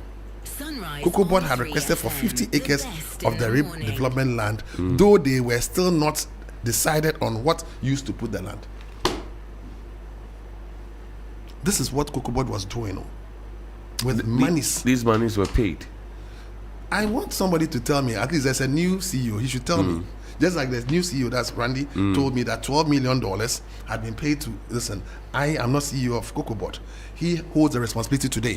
Fifi Bafu is next door. In fact, fortunately, he's in this building. He should speak to the $12 million. He was in office when they paid that money. He was in, they were at the helm in 2018 when the 50 acres, whether they paid or not, they should tell us. Abel? Yes. Are we in trouble? You see, I think the whole issue, we need to look at it from 2 perspectives. Which are? Economic, then political. Okay. And so if you don't get it right, you may mix the 2. MPP is doing the political bit of it. They are running away from the economic bit of it, because that is where they're exposed big time. But politically, it's also not helping them, because once you do politics with it, some of us will be forced to go to the politics bit and also the economic bit as well. But will that get us the answers we're looking for? It is important we establish the truth. Ghanaians must know the truth, and the truth is what will set us free. So we don't have to let people allow people to be spewing, if you like, lies out there to just deceive people. You see, the truth is this. The MPP gave cocoa farmers 32% of FOB when they were in government. Right. This is what happened. Let's do simple calculation here. Was it 2004? 2004. The best in the morning. Cocoa hit $10,000 per ton. That's right. That's right. At that time, the exchange rate was 15.5. At a point. Do the calculation. If you do the calculation, you multiply 10,000 by 15.5, you get a certain figure, right? Then you divide it by 16, because 16 bags make one ton. Yeah. Then you realize that the amount that we get will be somehow 9,000 something if you do. Out of 9,000 something, the NPP only gave the farmer 3,100 Ghana cedis. This was after the farmer had been supported with implements and fertilizer, etc. So the government has to get back something. The government divided it into three and took two and gave the farmer only one, which was the 3,000. One part representing fertilizers and another part representing implements. No, not at all. You see, but this government started paying 70%. And now paying 90% because of the circumstances in which we find ourselves. But what is the value? No, it's not. You see, people, if you look at the value, you'll be making a mistake. You can only give what you have. If the world price has fallen, why should you continue to give what you don't have, incurring debt, which will be a debt for all of us? I'm not a cocoa farmer, so why should I be incurring debt for cocoa farmer to enjoy? But your nephews and nieces will get cocoa scholarships to go to school. No, what you will drive on cocoa roads. We need to have. There has to be prudent management. You can. And I heard Amin Anta. So far, I've heard two things he has said, and it's quite unfortunate that he was our finance minister. Oh yes, I'm being very honest with you. Very well knowledgeable and I'm man. speaking from an economic point of view. That he said the reason why we are suffering is that our city is stabilized, and the kind of city we have is not good. Like exchange rate we have is not good, and that it should depreciate to a certain level. You see, we are looking at the overall economy. He's not happy that we are buying dollar cheaper. No. He's not happy at all. He said that. Oh, he said that. I can show you the video. He said the reason why he said we have overvalued our currency. That is why we are going through what we are going through, and that's quite unfortunate. Oh, but he was part of the team that said we have arrested the dollar, kept it in jail. Yes. If you are now suggesting that he said that inconsistency, that disingenuous way of communicating to Ghanaians, for me, is what is troubling. Listen. We are looking at the bigger picture. The bigger picture is that your currency controls your economy, whether you like it or not. That's right. And so that is why you try as much as possible to bring down the rate and stabilize it, so that it will trickle or it will permeate every facet of the economy. But you are saying that let's focus on only exports, and because when your city gains strength, it affects your export earnings. Forgetting that Ghana, whether you like it or not, we are trying as much as possible to expand our production. We are still import-driven economy. So once your city depreciates, you are going to suffer inflation, imported inflation. I mean, it's going to throw everything in a state of disarray. But this man said, no. Another thing he has said, which is also quite unfortunate, he said we should bail out the cocoa farmers. Instead of reducing the prices, we should bail them out. Now listen to this man speaking. Listen to him. He said we should go and take money. You should go and contract loan or whatever, and to come and pay the cocoa farmers. Now listen. But we already do that, syndicated loans or those. Yes, but this is the catch. We needed only 9 billion to bail out banks in Ghana. Right. And he was a member of MPP, right? And I think he was even Minister of State or so something like that. He was a Minister of State at the presidency. Yes. Now, we needed only just 9 billion to bail out banks that were in distress. We ended up spending 25 billion to collapse the banks. You know, sometimes when you order a ride and the price you get, when you get to your destination, sometimes it changes. Yeah, so you needed we needed banks. I mean overall, we needed 9 billion. And we could have saved all the banks. We didn't give them the 9 billion. We needed to do the banking sector cleanup. Yes, that's what I'm saying. That it's not a collapse. We consolidated the banks into CBG. And do you know what is even sad? Anytime I pass, I'm from Cape Coast, and I believe Mr. Amoabin himself has gone to that place before, where UT Bank used to be occupy the office at Tantri in Cape Coast. Right, Tantri in Cape Coast. When Kenneth Rata succeeded in collapsing the man's bank, his data bank took that office. Are you serious? Oh, I'm serious. I'm our own country where we pick our Trotskys.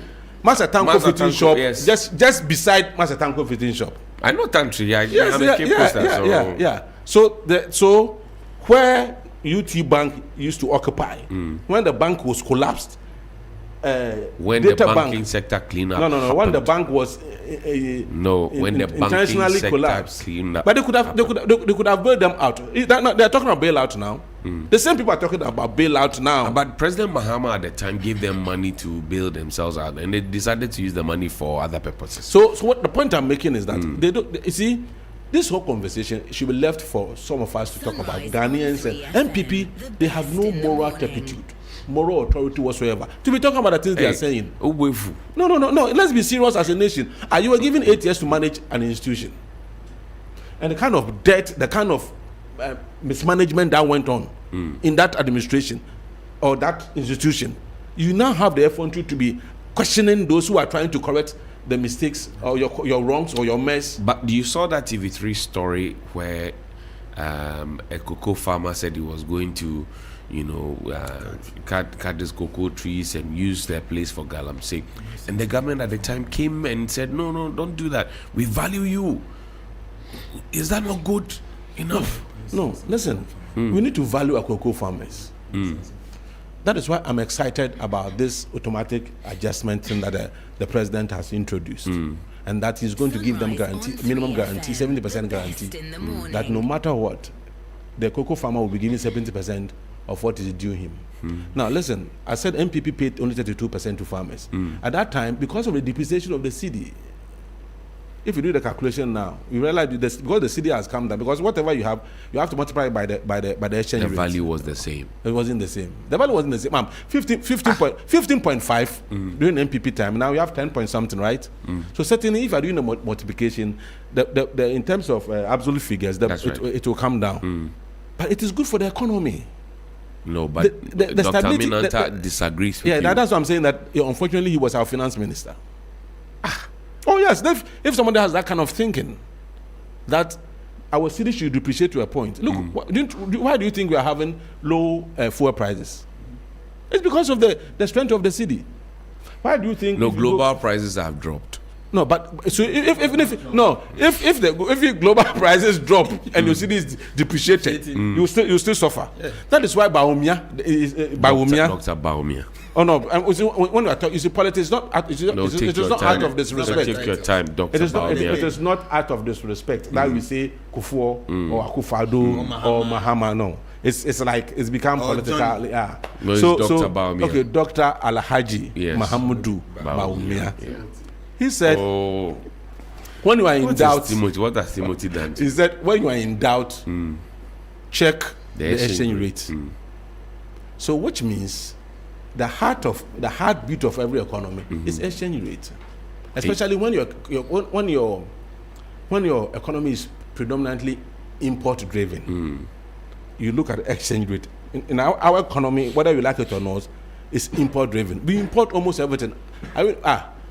Even tomatoes, those who unfortunately that when they're not going to import tomatoes into the country, and we'll come to that in a bit. Let me bring you Mr. Aku. So let me in a nutshell. Let me say what I'm saying is that this government, given the kind of reforms they've put out there, they mean well for the cocoa farmer. If tomorrow it happens that because of some of the things we will do, I don't know why Agriculture in Ghana have not teamed up to be able to control supply on the international market. That's something. But it's a demand and supply thing. If you want to give me low price because you think you have bought enough, I also cut my supply. So that's why it is good that 50%. That's why I'm with Prince Derry. That what Fifi Boafo said. Well, I mean, it's quite unfortunate. 50% production is good for the economy, because then we retain or keep the most of our value chain here in Ghana. I see. Mr. Aku, let me bring you into the conversation. The cocoa farmer should be excited and happy, no? Johnny, let me say a very good morning to you, to my brothers here, and also our well-wishers who are outside watching us. We have a country to protect and a country to develop. Right. And we are favored with a lot of resources, including cocoa. Mm-hmm. We know very well what cocoa have contributed to our economy. In the days of Nkrumah, we had to develop this country using proceeds from cocoa. Right. At the time, you realized that cocoa farmers were living well. Until after some time, On 3FM, the issues started coming up, and the benefits that is supposed to be enjoyed by the cocoa farmer, they are no more enjoying it. This is a very passionate subject area to me. Why? Because I am part of it. You're a cocoa farmer. You brought me cocoa or your ID card? Yeah. Forget Forget about the age. The age was just a mistake. Oh, no. I am Relax. a cocoa farmer. Also, you have a cocoa card. Yes. And this was what does it issued do? in 2022. Is this like the QR code Ghana card? Is it better than the cocoa trees? We'll talk about that. So I am a cocoa farmer. Oh wow! And I have my farm in the Oti region, KJB district, Wawaso to be precise. So you people are the ones who smuggle it out to. So you see, we have Togo and the rest. Yeah. So we have this very conversation in 2 days. We have this, as Bachman said, the political and then the economic side.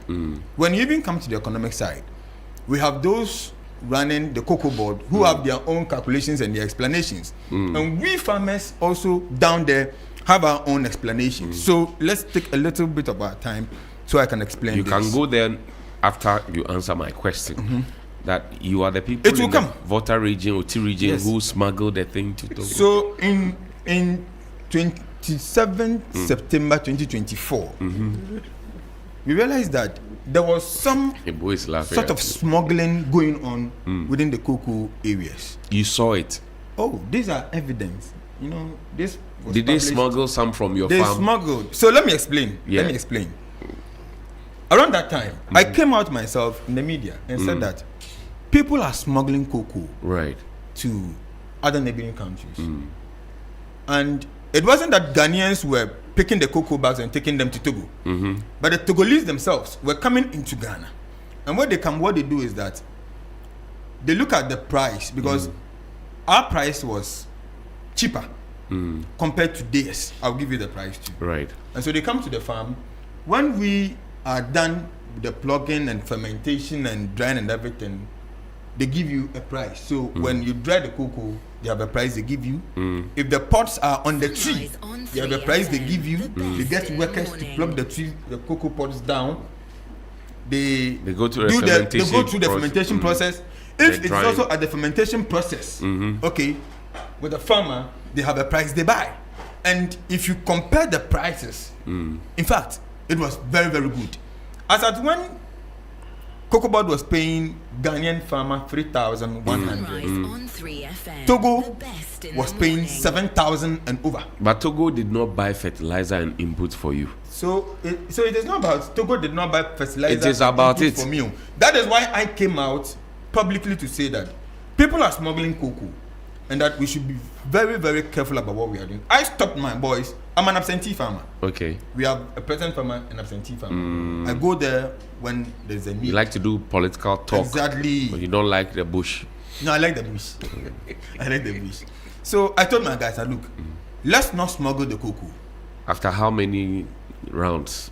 Well, I cannot tell because as at when they go to weigh the cocoa at the shed, I will not be there. Right. And you see, the issue is this: if I'm saying let's not sell the cocoa to Togolese, they will tell me fine, they will not sell.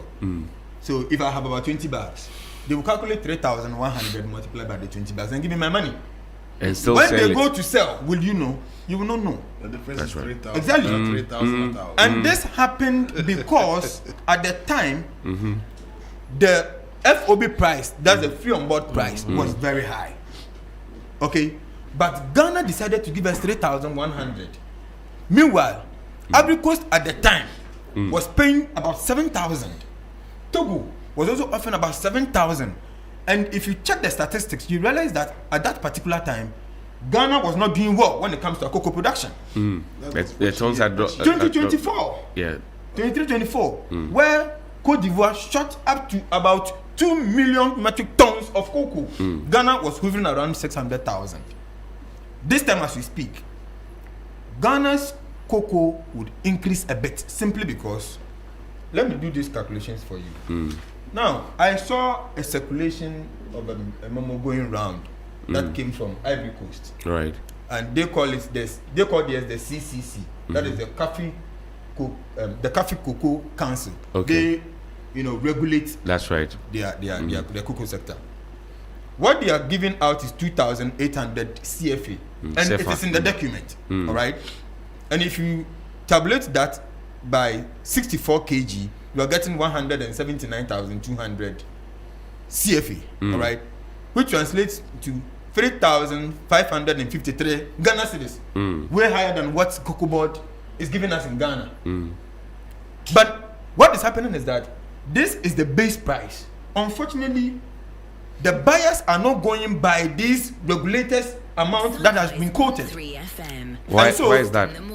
Come again? Why are they doing that? Oh yes, it is a free market, so everybody is doing what they want to do. So they give more money than what has been. They are giving less. Now what the CCC has quoted to be given to farmers is 2,800. That's right. If you multiply by 64 kg, to give you one bag, 100 and something. 179,000 CFA, translating into 3,553. There are other people who are also buying at 2,200, which translates into 140,800 CFA, and in Ghana cedis it is 2,792. Others are also buying at 1,800 CFA per kilogram, which is 115,200 CFA and 2,284.48 Ghana cedis. In the black market, that is in Ivory Coast. Some are also buying at 1,500 CFA, translating into 96,000, which in Ghana cedis it is giving them 1,903 cedis, 73 pesos. What's the point? Where are we going? If you are fortunate to take your cocoa to the buyers and they are to give you money, they will ask you to go and come back in about 2 weeks' time. Since last year, October, no cocoa farmer in Cote d'Ivoire has been paid.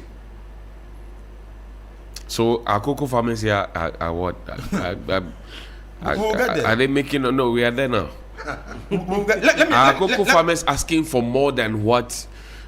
It is because of the over-politicization of the cocoa industry, especially in Ghana. Cocoa farmers in Cote d'Ivoire and Togo are not complaining like we are complaining. Their only complaint is that, because of the 2,800 price they gave, the buyers go pick the goods and they tell them that, look, this is the minimum price, but we are not going to pay you because of the price fluctuation, the global price fluctuation. And so hold on, in about 2 weeks' time, you will come for your money. But when you come, we are going to pay you the prevailing FOB price at the world market. Okay. Although they picked it at 2,800 CFO per bar, per kg, they're going to pay you the prevailing price as at when you come. So for example, if a ton is selling like say $60 on the global market, at the time they picked it up, when you come and it's like $45, they'll give you the 40. And cocoa farmers in Cote d'Ivoire are all farmers are overpumped. They are not, but you see, that's what I'm saying, that we are over politicizing it. Now, you see, the ironic issue here is that because they are not able to wait for the 2 weeks, which automatically translates into like 3-4 months since October last year, they've not been paid. These black market guys are also out there buying it at 1,500 CFA per kg, which is about 1,900 Ghana cedis.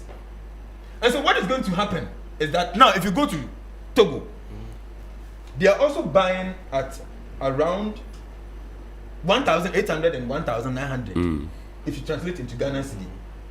Before, Cote d'Ivoire was selling at 5,525 CFA.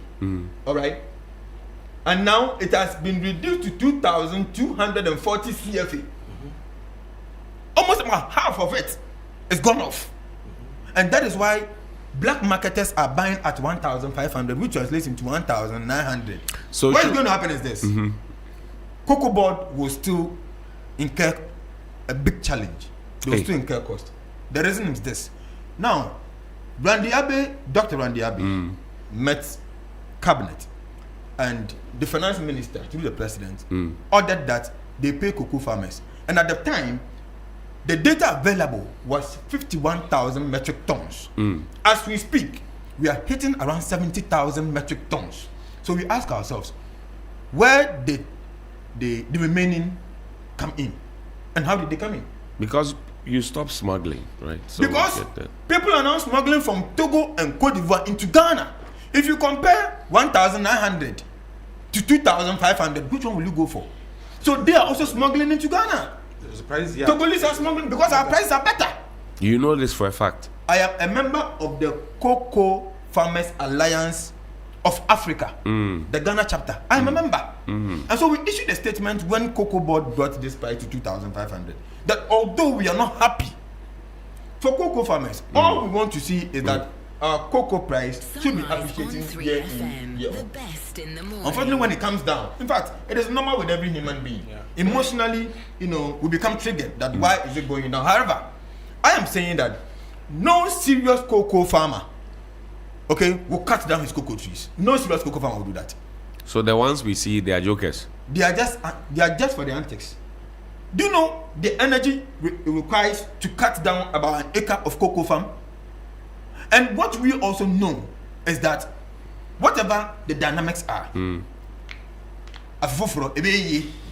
that has been our song. My final question to you on this one is, how long does it take a cocoa tree to get the gestation period for a cocoa tree? It depends before on the it type fruits. You have. Previously, we had cocoa trees that could take about 5 years, 6 years. But now we have the hybrid ones that takes between 2.5 years to 3 years. You start harvesting, so but you don't harvest in larger quantity until after some time. It all goes together, and then you begin harvesting in a very. I think that's why they always come asking for me, because to wait for 2.5 years. Yes, 2.5 years. So, in fact, what is happening is that the MPP is engaging in the cocoa politics, but they have left the economic side of it. Because if you say we have to go down to explain these things to our cocoa, look, the cocoa farmers are not gullible. They understand everything we are talking about, unfortunately. But when you issue those statements, the cocoa farmers don't read it.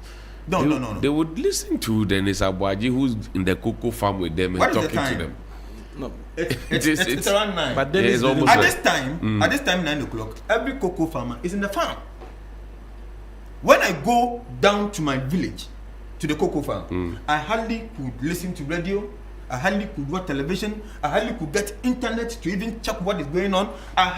It is hard for you to even access me on my phone. So when we go to our farms, those of us who use Android phones go there to take pictures and videos. We cannot access the phone for anything. The only thing we can do is also to go there with our radios, and the radio station, the radio does not even the signals are not they're not even good.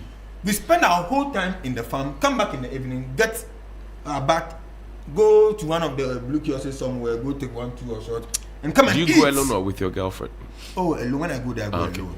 It's okay. And come and eat. You see, so the issue is this: no sensible cocoa farmer will cut down his tree, because what we know is that there is hope for the future. Okay.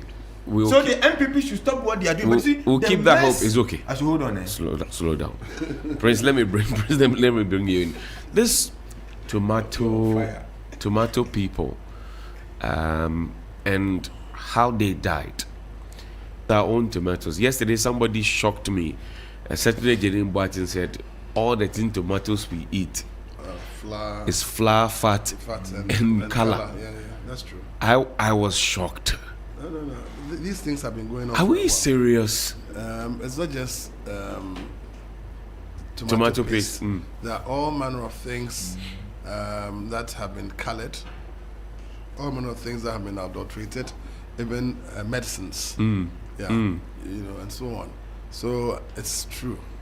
I think that slowly but surely we're getting a point where very soon Ghana will not just be food self-sufficient, but would have enough to, as it were, export. Right. If we follow the kind of practical plans that are being, rolled out. Sunrise on 3 poultry, FM, for example. the best in the morning. Not too far from now, we would have enough at least to feed. Because of ourselves. Ngukon Kitikiti. Ngukon Kitikiti is just one of the many agricultural, sector initiatives that the president has put through. And Dr. Otokuno has been put in charge of the presidential initiatives. That's a standalone. Right. But it's working in concert with the Agric Ministry, which also is working in concert with the Trade and Agribusiness Ministry, all of which are being, it's like an orchestra. In fact, this chief of staff and the president and the vice are doing extremely well. But the argument about Ngukon Kitikiti is that when we did that confirmed game, they confirmed they flew to Burkina Faso. Yeah, this time around, you need to show proof. You are doing something else. Yeah, this time you need to show proof of the fact that you have... Chickens can also fly. Well, you must show proof of having a coop. You're not just going to be handed the chicken and then just go. So you should show some proof. And of course, you'll be given other incentives. The most important thing, and I remember when the Youth Enterprise Support, now NEIP, was started, one of the key things is that they look at how you're going to ever have off-takers. Right. So that your whole investment does not go down the drain. And as you even begin to work, you are further supported through the banking sector and all that. Note that, and that's what I'm saying, that these things are going to be sustainable because we're looking at not just the macroeconomic indicators that the MPP says is doing well and macro is not doing well. It's not true. Look, it must start from somewhere. And I think that all these practical steps are good. Then you come to even another section, that's the greenhouse thing. That's where a lot of production can happen. Right. I remember we started it with the Youth Enterprise Support, the greenhouses. When John Kuma and Co took over, they tried to expand it. Then the Ministry of Agriculture claimed that it was doing a regional one, which is fine. Now, fortunately for us, one of the people who benefited from the Youth Enterprise Support, John Dumelo, is Deputy Minister for Agric. He's a farmer. We have other people who, the Eric J. No, Eric Opoku, the Agric Minister. I mean, even the president is a farmer. These are people who are practical and have investments, and they've seen it all and are implementing these policies. How do we get a lot more people to be interested in farming? Because it's quite heartbreaking. Yes. That you are importing tomatoes, you're importing onions, you're importing even yams. You're importing Yemwadie tribe. Yeah. I mean, how? You see, the psyche, I was mentioning these people who are into agriculture because, the young people think agriculture is not a thing for them. And so, like, they look down on agriculture, or they think they'll be looked down upon if they go into agriculture. If the president of the republic himself is not just a farmer, but a very successful farmer, how far there can you go? But the president has money. The president is a big man. Yes. His brother too has money. Yes. Those of us who don't have money, when we go to our bank, ADB, that is supposed to support us in our Greek, and I tell them I want to do palm plantation, and they will take 36 months for the thing to fruit. Yes. Or to the gestation period is 36 months. ADB will not give me the money. That is why President So John where Mahama, do I find the money? That's what I'm saying. That is why and the support. President John Dramani Mahama, in his first tenure, established the Youth Enterprise Support, which myself, Adam Agbana, how are you? You've come on set. It's fine. But you didn't bring Fifi Bafo. Oh, in the studio. of course. Fifi should be in the studio. He was saying and them is the. And we are summoning him to come and answer questions here. Adam is the MP for Ketu North. One of our very young and dynamic MPs. Yes. Ketu North. Welcome. So I was saying that when John Dramani Mahama in his first term established the Youth Enterprise Support, now NEIP, the idea was to support young people, the nature of which have access to finance. Okay, you are allowed the support that you need, the technical support to set up your business, the registration process, the certification at the Standards Authority, Food and Drug, all the whole and then we look at the full value chain of the kind of program that you want to go into. Right. And is that for Fifi also coming through? I would be happy to see him. Why are you so worried about Fifi? Adam hammered him, but Fifi should come and defend himself here too. Now you see, so the kind of monies that you need, the banking sector, all of these things are supports that government makes sure you get. okay, and then like the off-takers. So at the end of the day, when you get the small support that you have, we increase all of these things as you go down, your production line, and that is how we make sure that your thing is sustainable. So I don't think that the kind of fear that you're entertaining will happen this time around with whether the Kukon Kitskitsi or any other program. And I'm saying that when you have the greenhouse, the vegetable production that you have under the greenhouse conditions are phenomenal. The small land on which you have the greenhouse can give you about 10 times plus fold in terms of yield. Okay, and hold that on. is where Senior Fifi Boafo is here. Finally. Come and sit down. So come and defend the Fifi, I want you Senior Fifi, every demonstration that has happened. Senior Fifi, closer to the mic, please. Good morning. How you doing? You look foppish. Very good. So before you got in, now how do I put it? No boyem. He was attacking. I said, but you're not here. I said you are not here. You are not here to under your tenure. And I said you are not here to defend yourself. Yes. And God has brought you. What he said, yes, was that you caused the problem. Yes. And now you are pretending that the problem did not emanate from you.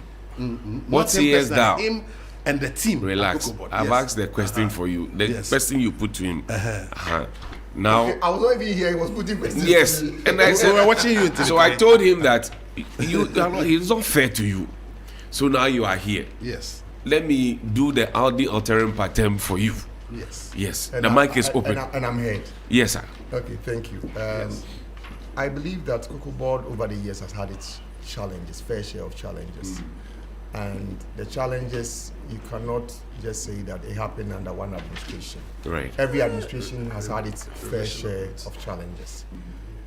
But I like, well, as a PR person, I like what the government has done with the conversation about the cocoa price this time round. What they have rather done is to dilute the conversation, introduce other red herrings and other topics in the scheme of things, so that instead of focusing on what the real issue is, you are rather spending time discussing other issues. Which other red herrings are we talking about? Oh, they bought jute sacks. As if you don't need jute sacks to run the Cocoa Board. Oh, well, there was a rollover contract. There was that, there was this. But let me stay on topic. The reason why we are here is because Sunrise on the 3 world market FM, price, the best in the has seen morning. sharp fall. And Cocoa Board says if they are to sell cocoa at this time, they will make losses. Therefore, they are unable to sell. Right. And being unable to sell means that you are unable to raise revenue to pay the cocoa farmer. And for about 4 months, these cocoa farmers have not been paid. That is the issue. But the question we are raising has to do with why the government allowed the price to fall, to the point that now you are saying that the cocoa farmer is not getting paid on time because the price has fallen that sharply. But it didn't begin today. Well, we have experienced fall in price over the years. Indeed, in 2016, the world market price was 3,500. That's right. By 2018, we saw a sharp fall to about 1,800 at a point. So we've always had FM, the best price in the morning. falling or going up. Right. But what usually happens to insulate the farmers from this hardship we are experiencing today as to registering a fall is that by the beginning of the season, Cocoa Board gives the farmer what is referred to as a guaranteed minimum price.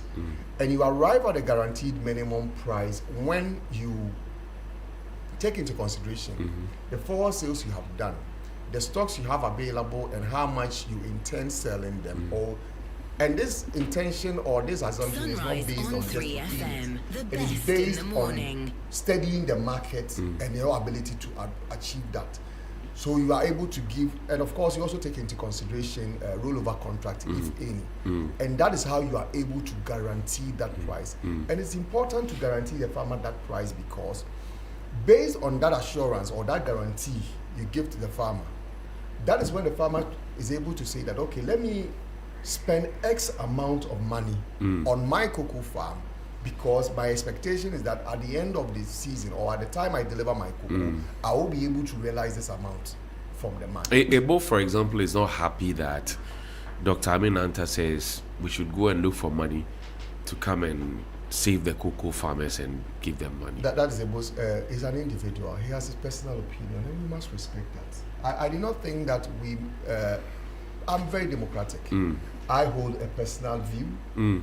Ebo may hold a different view, and that is view, and we must respect that. I do not know the basis for saying that should be the case, but that is his view. But my view is that it is wrong for government to say that the government is reducing the amount of money paid for a bag of cocoa, because that is going to cost the farmer something over 1.1 billion Ghana cedis. How do you feel when people come attacking and saying that you caused the problem? Well, well, for a PR point, it's in the interest of government to dilute the conversation or to divert attention from the real issue. Is the government diluting the conversation? Oh, yes, they are diluting the conversation because you have not paid the farmer. If you say that there was debt, was there debt in 2025 when the NDC inherited the MPP administration? Yes, that debt was there. Did they pay the cocoa farmer? The answer is yes, they paid the cocoa farmer. Did they reduce the farmer, how much is paid to the cocoa farmer? No, they did not. So why this time? Did you leave good books?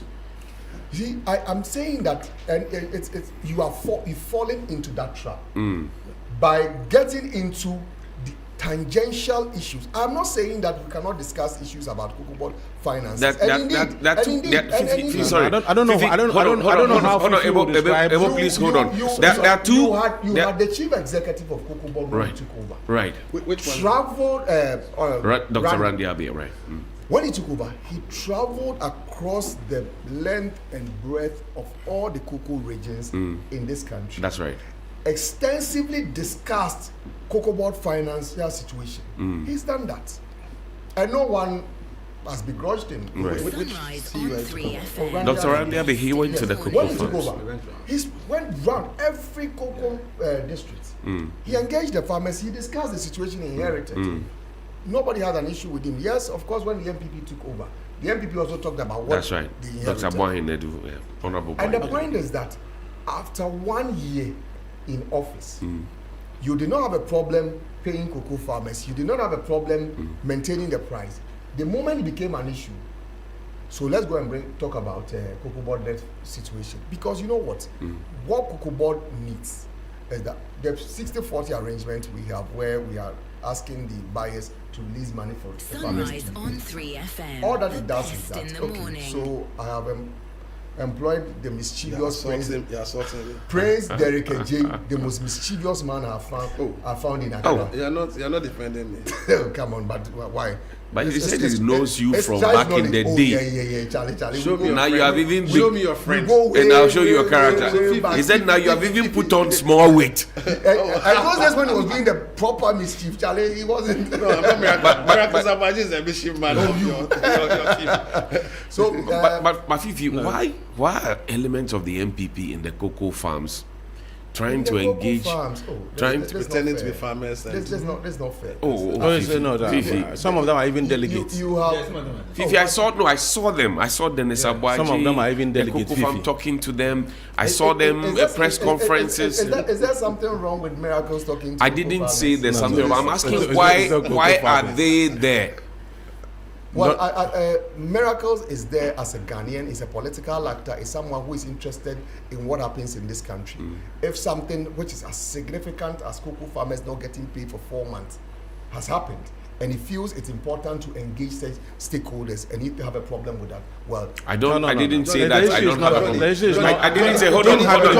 I didn't say. I'm coming. I'll quickly before Adam runs. Hold on. Johnny is an MP here. Hold on. Fifi. These are Allow Fifi. But the information Miracles is going round with. It's not sitting. You are a cocoa farmer. Yes, some of the information is spilling out there. Why are you saying the information not going down? Because you see, when Fifi was talking, he made mention of the fact that use the mic for me. There was debt. And make it crisp for me so we can. There was debt. Yet Cocoa Board did not reduce. that Cocoa didn't reduce the farmer's price, all right? But we all know that the international world market price has reduced. In Togo and in Cote d'Ivoire, they are having similar issues. So why is Miracles going out there telling people that? Do you have a problem? How much are we supposed you have a to problem? No. He has to run. Before he runs, I want to make a statement in his presence. You gave me opportunity. Johnny, so yes. let me just No, but you've done enough. You've done Allow the others. You've done enough. You've done enough already. Johnny, I have a. We went to bring Fifi into the studio. But is that what he came here to do? We have not. So Johnny, just 2 We have not minutes. pre-produced him to be here. Yes. Just like Edem. Yes. So we want to give him an opportunity, but myself, I just want 2 minutes. I have a meeting with Mr. Speaker. Tangentials he was talking about. The tangentials he was talking about. The point my brother was. The tangentials he was talking about. That's why I have a problem with it. How can 4 people not allow one person? Fifi is unemployed. Listen, Fifi is unemployed. This man has to go to Parliament. How can 3 people? I am not. I'm allowing you to talk. But in his presence, in his presence, there's a document that I addressed to the speaker. Allow me to make my point. You sold land. No. Prince Derek AJ. $12 million is missing from. You didn't understand why President. No. Relax. $12 million of Cocobod. No, don't worry. I'm advocating for Rollins. Rage residents to return to the state. So don't worry. Now listen to me. $12 million of Cocobod money. $12 million. No. Just speak one. So $12 million. Then when he finishes, he should stay. We should not go. Fifi, why you rabble rousing? Prince Derek AJ. No. Fifi has down. $12 million. Prince Derek AJ. He was making 3FM. Yeah? He was making Fifi. He was making a point. Allow him. No. So you will have your day, but allow him. It is inaccurate for somebody to say that in Cote d'Ivoire prices have. He's a cocoa farmer. It's not the case because Le Conseil du Café Cacao, the regulator of the cocoa industry in Cote d'Ivoire, on Monday issued a statement, and in that statement indicated strongly that Ghana we run the one whole system when you set the price at the beginning of the season it runs till the end of the season. In Cote d'Ivoire that's not the case. There's a price for the main crop and there's a price for the light crop. He explained that earlier. The statement that was issued by CCC, they indicated that they shall continue to pay the price that was determined till the end of the main crop, which is March. Okay. So they have not reduced their price. The people who are making reference to the fact that there's a fall in price and that for that reason Ghanaian cocoa farmers must suffer. You should ask yourself, why is the farmer in Cote d'Ivoire not suffering as a result of that? Because they still also sell on the international market. So why is the situation of Ghana different to the effect that the Ghanaian farmer must suffer? Now, Fifi, with your indulgence, let me bring Edem. Edem has to run to. I beg you. No, you shouldn't go. Finish, you don't go. Just one question. Slow down. Johnny. Yes, gentlemen, slow down. Johnny, let me say. Okay, Edem, only your mic is active. So Johnny, let me say good morning to you and to my brothers on the panel, right, and also to our listeners. Let me say good morning to our listeners across the country. Johnny, I want to plead with the big conversation on 3FM Sunrise.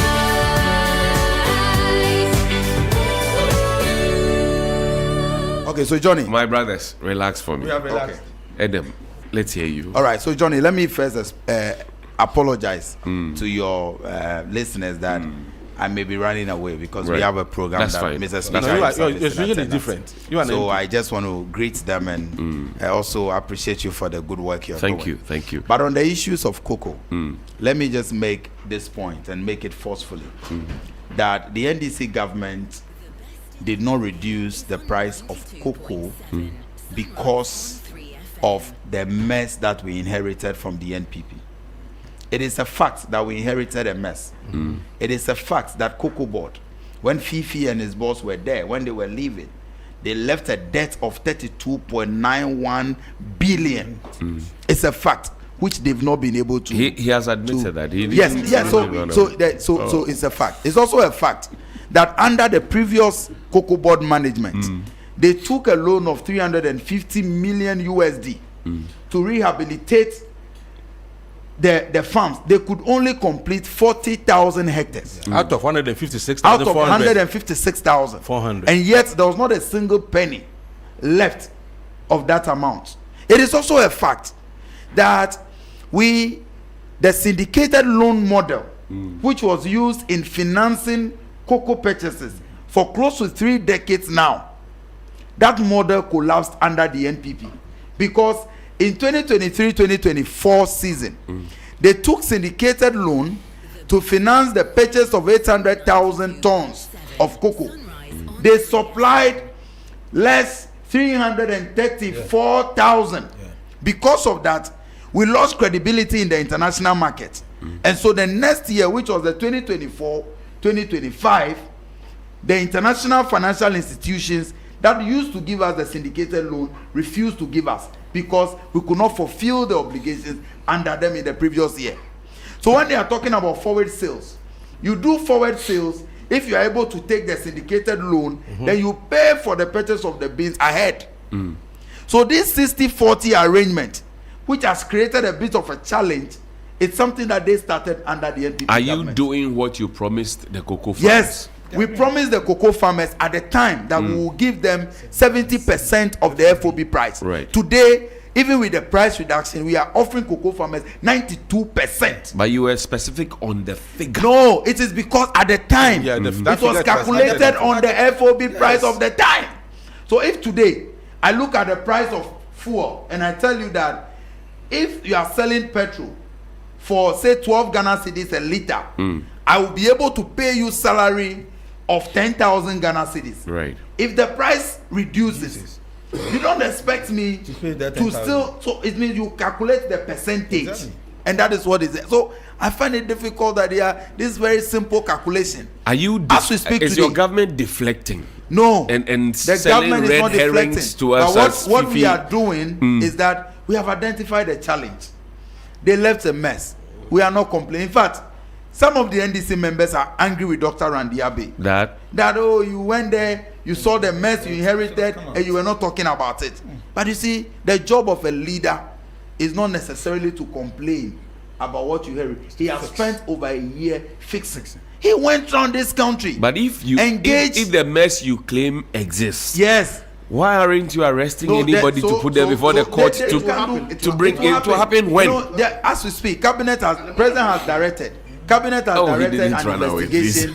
Cabinet has directed an investigation into all these matters happening at Cocoa Board. Again, let me also say that the price reduction does not affect all the cocoa beans that were produced for this season. It affects less than 10%, because the projection of Cocoa Board was to buy 650,000 tons. As we speak, over 581,000 tons have been bought at the old price. What is left is that just that less than 10% actually. But somebody will ask, if it is less than 10%, why are you not ready to take up that cost and then let the farmers have the full amount as you promised them? When you do that, you will be dealing with a problem called a reverse smuggling. Before Randy Abbey came into office, before the NDC came into office, there was a major problem with smuggling. Let me give you a practical example. In the Volta region and Oti regions, because I come from the Volta region, right. In the year 2024-2025, that 2024-2025 season, the Volta and Oti regions combined contributed only 97 tons to Cocoa Board's total purchase in Ghana. Only 97 tons. Where was the rest of the cocoa going? But in 2025-2026, when the prices were increased, the two regions are now contributing over 2,500 tons. What it means is that, and you see, you can't grow a cocoa tree and for it to mature in 1 year. That's right. So we cannot make the argument that new farms were added. No. What it means is that the beans that they were harvesting, because the prices were not good under the NPP, they were smuggling them. But when the prices became better, they brought them. Now, you are dealing with about 70,000 tons of cocoa beans that is yet to be purchased. If because of that 70,000, you decide to maintain the old price, when Cote d'Ivoire, Togo, and the neighboring countries have their prices lower, what will happen is that the 1 million tons sitting in Cote d'Ivoire today will be transferred through smuggling to Ghana. So you will no more be dealing with 70,000, but you are dealing with close to 1 million tons. So the best decision is what cabinet took to reduce the prices. But the cocoa farmer knows that even with the reduction, for that 70,000 yet to be purchased, they are better off. How are they better off? Tell me. Purchasing power. Today, purchasing power. Today, that cocoa farmer who let's say if you want to buy a bag of cement with the price that the MPP was offering them, which was 3,600 or so, they were able to buy only 25 bags of cement. If they sell a bag, or if they sold a bag of cocoa. But today, even with the reduction, because of the reduction in prices of cement, they are able to buy 32. Are you not doing the same thing that Number the MPP, two, the no, MPP did no, with free SHS? No, you ask about no, your health no, we are not problems doing with the free same thing. This SHS. is You ask real about economics. food, they say free SHS. This is real economics. You see, I tell people that free SHS became like Aquaman. Do you know? Let me give you another. Solve every problem. Let me give you another practical example. Let me give you a practical example. So there was a young gentleman working in my constituency. I got him a job offer in Accra. He was working, but you got him another job. When he was working in the constituency, MP. But he expressed interest in working with a particular institution. When we calculated how much he was getting in the constituency, how much he was getting here in Accra was about 3 times what he's earning while in Ketuno. But when we did the real economics, when we added rent, we added the utility, cost of transportation from where he was supposed to stay to the place, that we realized that in actual savings, he was better off taking his about 800 cedis as a pupil teacher there than taking 3,600 with another institution here in Accra. So he decided to stay. You took a teacher from the classroom away from the children. Teacher, the basic school. I mean, not if I say basic school, not how do I call it? A trained teacher teaching at he was teaching a private school. But he was just teaching as a graduate, people. You took him away no, from the children. But everybody aspires to no. But if they say I won't run away from it. If indeed the offer was better, I could have taken him away, because yes, his desire was not to be a teacher. Out of unemployment as a graduate, there's a private school that he found himself teaching. They pay him 800 Ghana cedis at the end of the month. And he expressed desire to build his career, because he is somebody who went to school, attained a first class in accounting, but because he was not getting a job, decided to be in the village and was teaching in the village basic school, private school. So if he has gotten an institution willing to pay him 3,600 a month, and we did a calculation, he realized that he was better off in the village with his 800, so he's staying there while we are still fishing for other opportunities. The point I'm trying to make is that even with the reduction today, the cocoa farmer under the NDC government is better off than they were under the MPP. And we know the MPP. Because you spoke about the teacher, let's talk about the curriculum, the petition. Yes. Quickly, before you go. So I am of a strong conviction. I don't compromise on these values, that education should shape not only how we think, but also how we see ourselves. National identity is very critical. I would not want my son to go to school, open a chapter in a book, and is learning about positive effects or benefits of colonialism. I don't want to subject my son to that mental slavery, because colonization, for all it's about it hangs on what? Exploitation.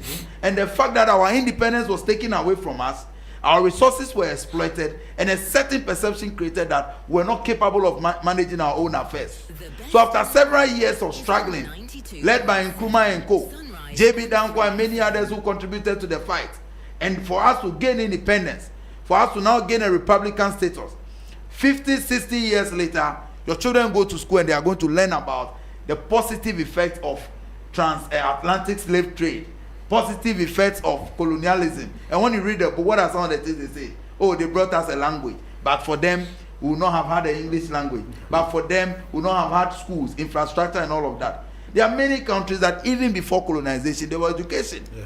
And so it is important for us to get rid of our curriculum with this. This is the reason why people go through school and they feel, and you still hear people make this comment, that we would have been better off if the white man was still managing us. Go under my post on Facebook. I read a lot of people who have written very ignorant comments. People glorifying colonization. That, well, at the end of the day, when they were here, we were better off. They brought us this, they brought us that. That is the very essence, the very reason why we must get NACA and GES to expunge those records from our books. We shouldn't subject our children Don't you sometimes to that mental think slavery. that they are right in making those comments? In 1923, Gordon Gorgesberg built Korle Bu Teaching Hospital. And I remember in 2013, 2014, John Dramani Mahama built the what was it, the University of Ghana. I'm making a point. Yes. I remember as a small boy, I used to go to Korle Bu Teaching Hospital. Oxygen plant was working. You had tubes and pipes in the wards that would give you oxygen in real time, so you don't die foolishly. Korle Bu Teaching Hospital was well positioned. Today, after all the knowledge and after all the patriotism, after all the everything that we claim to have, Korle Bu is almost a graveyard, such that when somebody dies in Korle Bu and they finish bathing for the person at Korle Bu, when the person has died, the water goes into our beloved Korle Lagoon, so you can't find fish there. Is this wisdom? Edem Agbana. It is that. It is wisdom. No, I'm not saying it is wisdom. I'm saying that it is the case that development naturally comes at a cost. We are not a perfect country, and there's no developed country that can say that they are a perfect country. Only recently I visited the United States of America for work. I won't go and live there and work. When you go and you read through their media, you watch happenings on their media, they are also grappling with many other challenges. Challenges, many challenges. But healthcare systems and all of it may be more improved, but that cannot be a justification for the atrocities that they visited on us as a country, on our and then you don't have a working rail system. You don't have a proper transportation. Let me side with you. Let me side with you. I just want to conclude. I want to conclude. He wants to side with you briefly. No. I just want to say, you see, if you want to cite the positives, what you are saying is like somebody giving you food that contains poison. Which one are you going to settle on? The food he gave you or the poison they gave you, which eventually led to your death? If you die, I cited an example yesterday. I agree with him. Yeah, because Johnny, I cited an example just to conclude before I leave. Somebody who was on the phone with me last night arguing over a lady actually over how colonialism came positive, blah blah blah. And I told the person that I asked the person that with all due respect and without any attempt to water down anything, I asked her that imagine that your daughter comes to you and says that I am pregnant. Then you ask, who is responsible? How did you get pregnant? Then she says, a few weeks ago or months ago, somebody harassed me, raped me, but warned me not to tell you. Then the Russian guy, and all of a sudden you see that you see that she's pregnant. Will your response be that, oh, after all, the rape was bad, but because you are going to get a child, it is justified? No. She says no. I said, you see, I want you to compare. The truth is that the fact that somebody exploits you and builds a hospital for you, it's nothing. It is even for the purpose of their own. Oh yeah, of course. Has your petition been admitted? I am sending my petitions tomorrow officially. Petitioning the Ministry of Education, Ghana Education Service, and the National Curriculum and Assessment NACA, because they are responsible. And indeed, such things should not find way in our history. Let us teach our children the right history. Let them must grow to appreciate the fact that these things, yes, they were part of our history, but they were the saddest, pages of our history that must be forgotten. That yes, even when you remember, it must not come with any positivity. And then it sounded like Walter Rodney or John Fage, how Europe underdeveloped Africa. Yes, when you read that book, but if this is what I'll let you go. This is what The they are trying exploitation. to put in our books. Then what is the cost for fighting for liberation? Let me bring Prince Derek in. Maybe we'll pick this one up. Adam reminds me of things I've said many years ago. That didn't go anywhere. Oh, they went somewhere, but they've come full circle.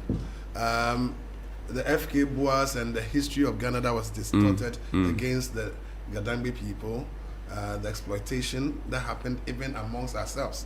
Today, Fifi Bafu is here, and he actually ran away from the topic. Run away. He literally ran away. I was restraining him from leaving. He was running. This is your friend. This is how you play. No, I don't play. I don't play when it comes to my land. This is how you play. No. I don't play when it comes to my land issues. Oh, but he didn't run away. He ran away. No, please. I was showing him proof of the fact that COCOBOD on 17th April, whilst he was PR to the CEO, the CEO is reported by another state agency as having come into negotiation with them for 50 acres of trade fair land. He should speak to that issue. $12 million out of COCOBOD money, which could have been used in paying these cocoa farmers, has been used to buy land under their watch. And Randy complained of it. In fact, you talk about why they are not being Operation Recover. Yes, the minister has spoken yesterday. But your government is playing too much. Yes, I'm wearing my war attire today. I'm going from here to the lands ministry. I will tell Kofi Boa, I will tell Jones, who is his special advisor on lands, that look, the talk is too much. That's what Ghanaians are saying. We should stop the talk and start the action. I saw NADMO at the lagoon yesterday. I was so excited. They did not just come and demolish the buildings on the field part of the lagoon. They are now excavating. They are removing the field laying that the people came to put there. So there will be no more filling for you to come and build there. Tomorrow you cannot come and continue that nonsense. And then they will build, they'll plant the trees, they'll plant the mangroves back, they'll build a bridge to the sea. That is what should be happening with the lands as well. You cannot come and tell us that, you are recovering the lands, and 1 year on, nothing is being seen. And then unfortunately for us, we are seeing people still building. Go to Cantonment Civil Aviation. 2 days ago, it was Civil Aviation Day. The Transport Minister comes and tells us about the airline. Yes, wonderful. Let's have a new airline. Let's have, the civil aviation industry booming. But you cannot tell me that the civil aviation land that was given to you, almost 100 acres, Kufuor took 30, Akufo-Addo took 60, and they've shared it. And they are still building. Take your time. They are building. Take your time. Machu and Biane, as we speak. They are building. But maybe they acquired it through documentation. The minister has said that 2017 to 2024 lands, they are going to retrieve all. We want to start today, not tomorrow. Let us go round. But Let us go round the cameras. Is putting in a new arrangement for acquisition of state lands. No, that's what I'm saying, that the talk is too much. In fact, for me, it's not enough to start from 2017. It is even wrong to start from 2017 because it gives a certain impression as though it was only MPP who stole lands. Look, as far back as 2004. 2008, that's when Georgina Wood and others, Sofa Kufu, chief justices were buying lands and at ridiculous prices. Jacob Echebilamte's bungalow, I passed there before coming here. It's still empty. The building is broken and trees are growing inside the building. Trees inside the building. And we have left that. And I told him before he left here, he was accusing me of stopping President Kufuor from taking some land and office. It is true. It wasn't me. It was Gadangbe, likes of KB Asante. The late. Yes, late. Professor Atukwe Okai. Right, Emmanuel, the late. Yes. Emmanuel Alote-Papo. Right. Late. J.E. Papo. Yes. Right. The what do you call it? The PR colossus. Right. Yes. Social security and all that. Now, several of these people have died, but Josiah Aye, all of them. We went on this lesson, and I happened to be the youth president. I didn't stop President Kufuor. Kufuor said that his emoluments committee, in his emoluments committee report, which he was trying to implement whilst he was president, which was wrong, that when he dies, the land that he was trying to acquire should be given his children, and that would amount to freehold. I said no, and I said even if Rollins dies, the same should apply to him. Rollins is dead, so why should the rich bungalow go to their children's lives doesn't matter anymore? No, he said the children will be destitute, and so, but what about our children? They will be what? If everybody comes and takes our lands away, will we have any land? Look at the way boys look at you, Ebo. Will we have any land? I like the It is passion. happening. I like the passion It's with which happening- he speaks about land issues. It's happening everywhere. People from the north are experiencing the same thing. The airport lands have been taken. In fact, Nitu, the defense minister, has told me several lands in the northern part of Ghana have been stolen because people can see that development is coming. The same thing that we experienced, okay, have been experienced across the country. Now, Ghana as a state, nobody anywhere, no stool wants to give the state land because they know what will happen to the land. It will give it to individuals, and that is wrong. Look, we cannot trust our constitution, we cannot trust our courts, we cannot trust our judges, we cannot trust our lawyers. Oh, no, when it we comes to the land can issues, trust our because- judges hold on. and our lawyers Hold and our on. constitution. The Chief Justice of Akufu, the Chief Justice of Georgina Wood. Can you trust them on land? If them Why can't I trust them? They were the same people who looted the lands. No, they bought it. Listen. 7,000 Ghana cedis for cantonments land. But is that who- buying? somebody sold it to them. That is ridiculous. Look at the governor of the Bank of Ghana, Addison, and his deputies. Look at Kenjenfua, Ken Ofuriatta, Baumia, Akufo-Addo, and all that. And the lands they've taken and the cantonment civil aviation. Is that buying? Is that what the land was for? And then they gave only one plot for civil aviation. Just one plot, too. Out of the 90 acres that was given for civil aviation purposes, the wireless facility is on only one plot with the Accident Incidents and Investigations Bureau. One plot out of almost multiplied times 4, 90 times 4. Let me bring Ebo in. What is Ebo? this? You see, if you're in a country, you find the John 1010A politicians. It's not easy. What's that? Don't you know John 1010A politicians? The thief only comes to steal, kill, and destroy. Those kind of politicians, Johnny. If you have them in your country, it's terrible. Look at the way my brother was talking, the passion with which he was talking about the looting of lands. Look, looting of our resources. Apart from lands, look at other resources that were looted or things that have been looted, stealing, thievery in this country. And it be obey only when Ora, for example, you make it work. By your brother and friend, my brother Solomon Owusu. Yes. He petitioned OSP. Yes. What has happened to that petition? Yes, the petition. I was a party to the petition. So what has happened? Yes, it's so unfortunate. It's terrible that not even the man has not even acknowledged reading receipt of it. In fact, nothing from them to show that you have even sent them a something. petition. And I gave you an example here, and I will state it again. You go to France for loan, isn't it? For support. Germany. Yeah, Germany and other places. England. France, their former president, Sarkozy. Right. Is languishing in prison for 5 years. Right. What was his sin? He took money from Libya, Gaddafi, to finance his political campaign. And as a result of that, he's languishing in prison for 5 years. Dr. Baumia says, he said it, nobody forced him. He said in the last election, he bought over 300 pickups for the party. And we think this one should go just like that. And you should not be questioned as to where he got the money to buy the car. He's where a big man. he got big man. So tell us the source. Tell us the source. That is why it is important. Because can friends not support their friends again for their political ambition? So disclose the friends. We don't, you see, you go to these people and we beg, we go cap in hand begging. But we are not prepared to do the kind of things they do that make them, have the kind of money they have. We go and beg. Recently, is it South Korea or something like that? The former prime minister of wife has been sentenced to prison. Yes. For taking bribe from a church. I mean, we should be serious as a people. That is why people do things. Corruption has become so cheap on the market, and cheap things people easily afford. If you can make corruption expensive, if Akufo-Addo, for example, will be hauled before a court for digging that hole, President Akufo-Addo, for digging that hole with taxpayers' money. It was a promise to God. Yeah, promise to God, and I've said it. God, if God did not allow David to build him a temple, the God that I serve will not allow someone like the Akufo-Addo to build him a temple. Oh, come on, please. Oh, no. But I said for a fact. It will come on. David, what did God say? Bernardo is a church man. It's a church. Which church? Which church? Rich church. A church man will be doing the kind of things he did. Oh. A church man will be doing the kind of things he did. So he cannot build, he's like a national monument. For God. Which God? Is it the God that I serve? who does not live in bricks and mortar. The God who lives in our heart according to the Bible, Leonardo is the one who is going to build God a temple, breaking all those burdens there and digging a hole, $97 million, almost $100 million. That hole, God should come and stay there. So because of that, you want what to happen to him? And it should be brought before the court. You see, we joke in this country. It should be questioned as to where, because you said it's his personal thing, and you're not going to touch our taxes.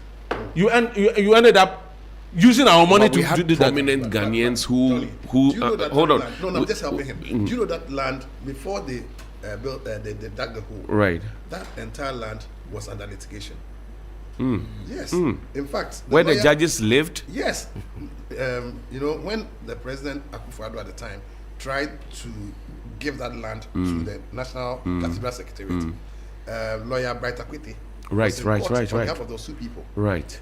The same Chief Justice of Akufu, according to the Secretariat, the one with the plenty mothers and the multiple birth certificates. No. Reverend Kusi Jemfi, Kwabna Jemfi, do you know he and one other pempe who was CEO claimed that the then Chief Justice had given them judicial they used the term, they said judicial approval. When a matter is in court, how does the Chief Justice do that? And then judges' bungalows were demolished, leading to the let's call it retirement or resignation of a certain judge. Look at the circumstances, and you say that I should trust these kinds of judges. I think you are being too hard. I am being hard. I must be hard. Ghanaians must be hard to get results. Of course, we must be hard. But we are being soft. You see, the Ghanaian people voted the NDC into power. Yes. Because they wanted to see change. Yes. And the change the must aura. Operation Recover all loot, not some of loot. All loot. So when we come and sit here, we talk, and the people are not acting. I don't get it. A chief director is supposedly selling state lands to 5 companies, and it's been transferred because the company's code, the law does not allow you to sack the person. You can only transfer a civil servant, right? Isn't he supposed to be under interdiction? Mr. Hago? But you see, before we draw curtains on this, what comes to mind is social re-engineering. You see, it's about how we reshape our thinking, how we look at our norms, how to look at equitably distributing resources to the right people and to the benefit of the Ghanaian people ourselves. But when we seem to allow things to go the way it is going, I don't think we'll be able to bequeath a good society to the next generation. Is it because, for example, you see somebody doing something bad, instead of stopping the person or cautioning the person, you tell the person, who is coming to arrest the person? Who's coming to stop it? You are there. What are you doing? You have the power. Citizen arrest. You have the power. But you see, many of us don't know. And when we argue on these issues, then I would have to bring in the NCCE. What resources are they giving to them to be able to effectively do this job? Look at this vote buying that went on. And I hear Oliver Barker is going to court. It was part of our discussion because of timing. I am doubting that Oliver would win this case in court. The reason is this. Oh, please. The judiciary is... no, see? No, it's trustworthy. No. I'm coming.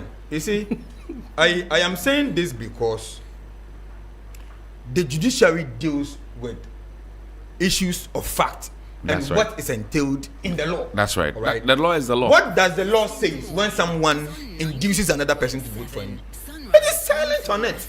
The only thing there's what we call treating in the law. There's also bribery and corruption in our laws. It's not correct that we don't have. Is it relating to elections? Yes, elections is called treating. Then the Electoral Commission that must take up these issues, because per the Political Parties Act, one is not supposed to induce anybody or give out goods during elections for the person to vote for him. If the person does so, what the law says is that it is either the person is going to be imprisoned, that is one, or the person is going to be fined. Can people not be given lunch in peace again? Come again. Can people not be given lunch in peace again? See, it depends on the circumstance. If the investigation proves that it amounts to inducing the person, why are you giving the person lunch when he's going to vote? Why didn't it happen a day before or after the election? But day? the person will eat. No. Voting. You see, if you do that, then we'll be induced almost every time. That is why we are inducing people, and it is very, very dangerous for our democracy. That if you are not careful, some cabals with huge amounts of money sitting somewhere will bring in people who do not have the moral right, who do not have the experience and the skills and the ability to lead us. But because they are pushing with those who have money, they'll be given the opportunity to lead this country. And where would the country be headed? Political cabals are always there. Political cabals, and you have some in this country, terrible one. You have to be very careful. Ebo, no, please don't mention it. I beg you. No, he was talking yesterday. So I'm coming. Your constitution says that before you become an MP, just make sure you are 21 years and above. Be of sound mind. And then your education is not checked, blah, blah. You should have resided in a community, blah, blah, blah, for 5 years or aggregate 5 years. Blah, blah. It doesn't talk about you being of high moral character and proven integrity. So until you change that, why are you surprised that this is happening? No, but that is the problem. That is the problem I have with our Constitutional Review Committee. I think their work would have to be made public. We need to make input into what they've done. Nyansa ni one committee in its room. Nyansa wo nipa bebe one its room. So they should make it public for people to make contribution. There should be addition and subtractions. We need to have a constitution that we need to have a constitution that will make corruption expensive. Yeah, I agree with you. Yes, but very expensive. I think where you're missing the point is that they did the consultative phase. They finished. They submitted their report. The implementation phase, which would then lead to the referendum, is yet to start, and that is where the public you have more. I also have a problem with their consultative. Somebody just sent a message. A brother, the scope of their consultation. A brother who happens to be your brother, Johnny Hughes. Neodoi. Yes. MTN. Yes, I know Neodoi. Of Akonowi. I know Neodoi. His server at Anglican St. Paul. Yes. I was a server too. Yes. Oh, what happened to you? Oh, what do you mean? What happened? Why did you stop? I've grown old. No, but he's actually very excited about this land issue and wants you to actively play your way pass and ensure that the lands are retrieved. In fact, he wants you to be leading the charge. So this one is straight from New Dwechawe to you. Family and friends. Yes, that you should. I will not do family and friends. When the lands are returned, also that you should ensure that no new thieves from amongst us steals the lands and misappropriates it, because it's for generations today, tomorrow, and yesterday's generation. Do you know how Che Ado came to be Che Ado? Yes. Do you know there was a very influential person who fought for the lands to be returned to the La people, and they themselves came back to buy the land, and that is how it became Che Ado. Okay. And then we started putting names to it. So all the lands, the prime lands in Accra, we say, oh, this one is Chain Homes, this one is this one is this.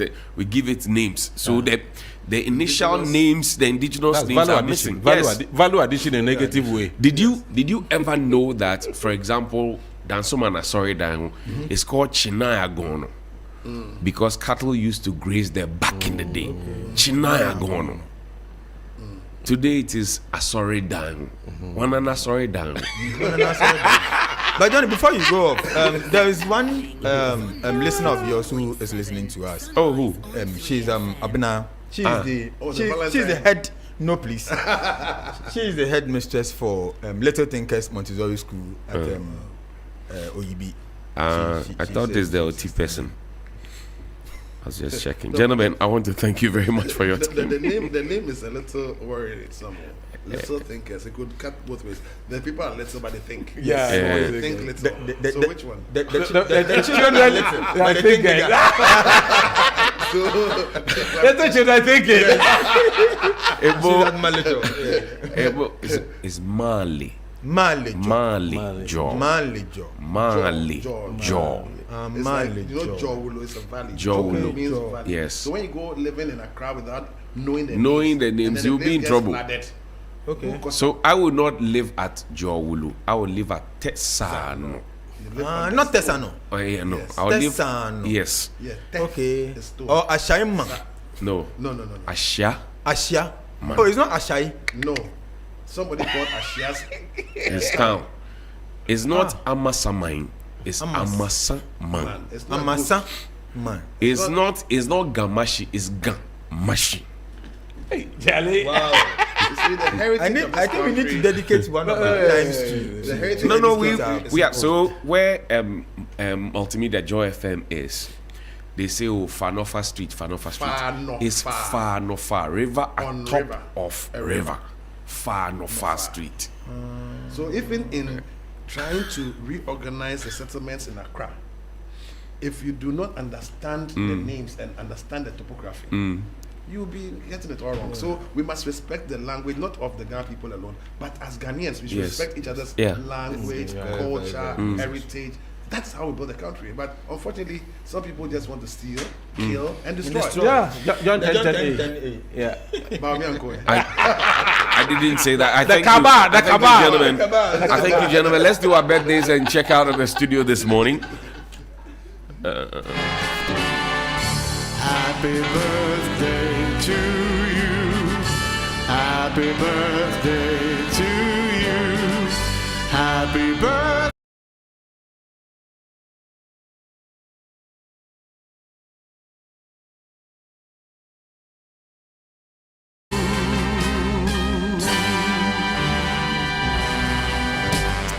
And a very, very big fat happy birthday to Boafo Crosby Annan, Mrs. Opoku. God bless your new age.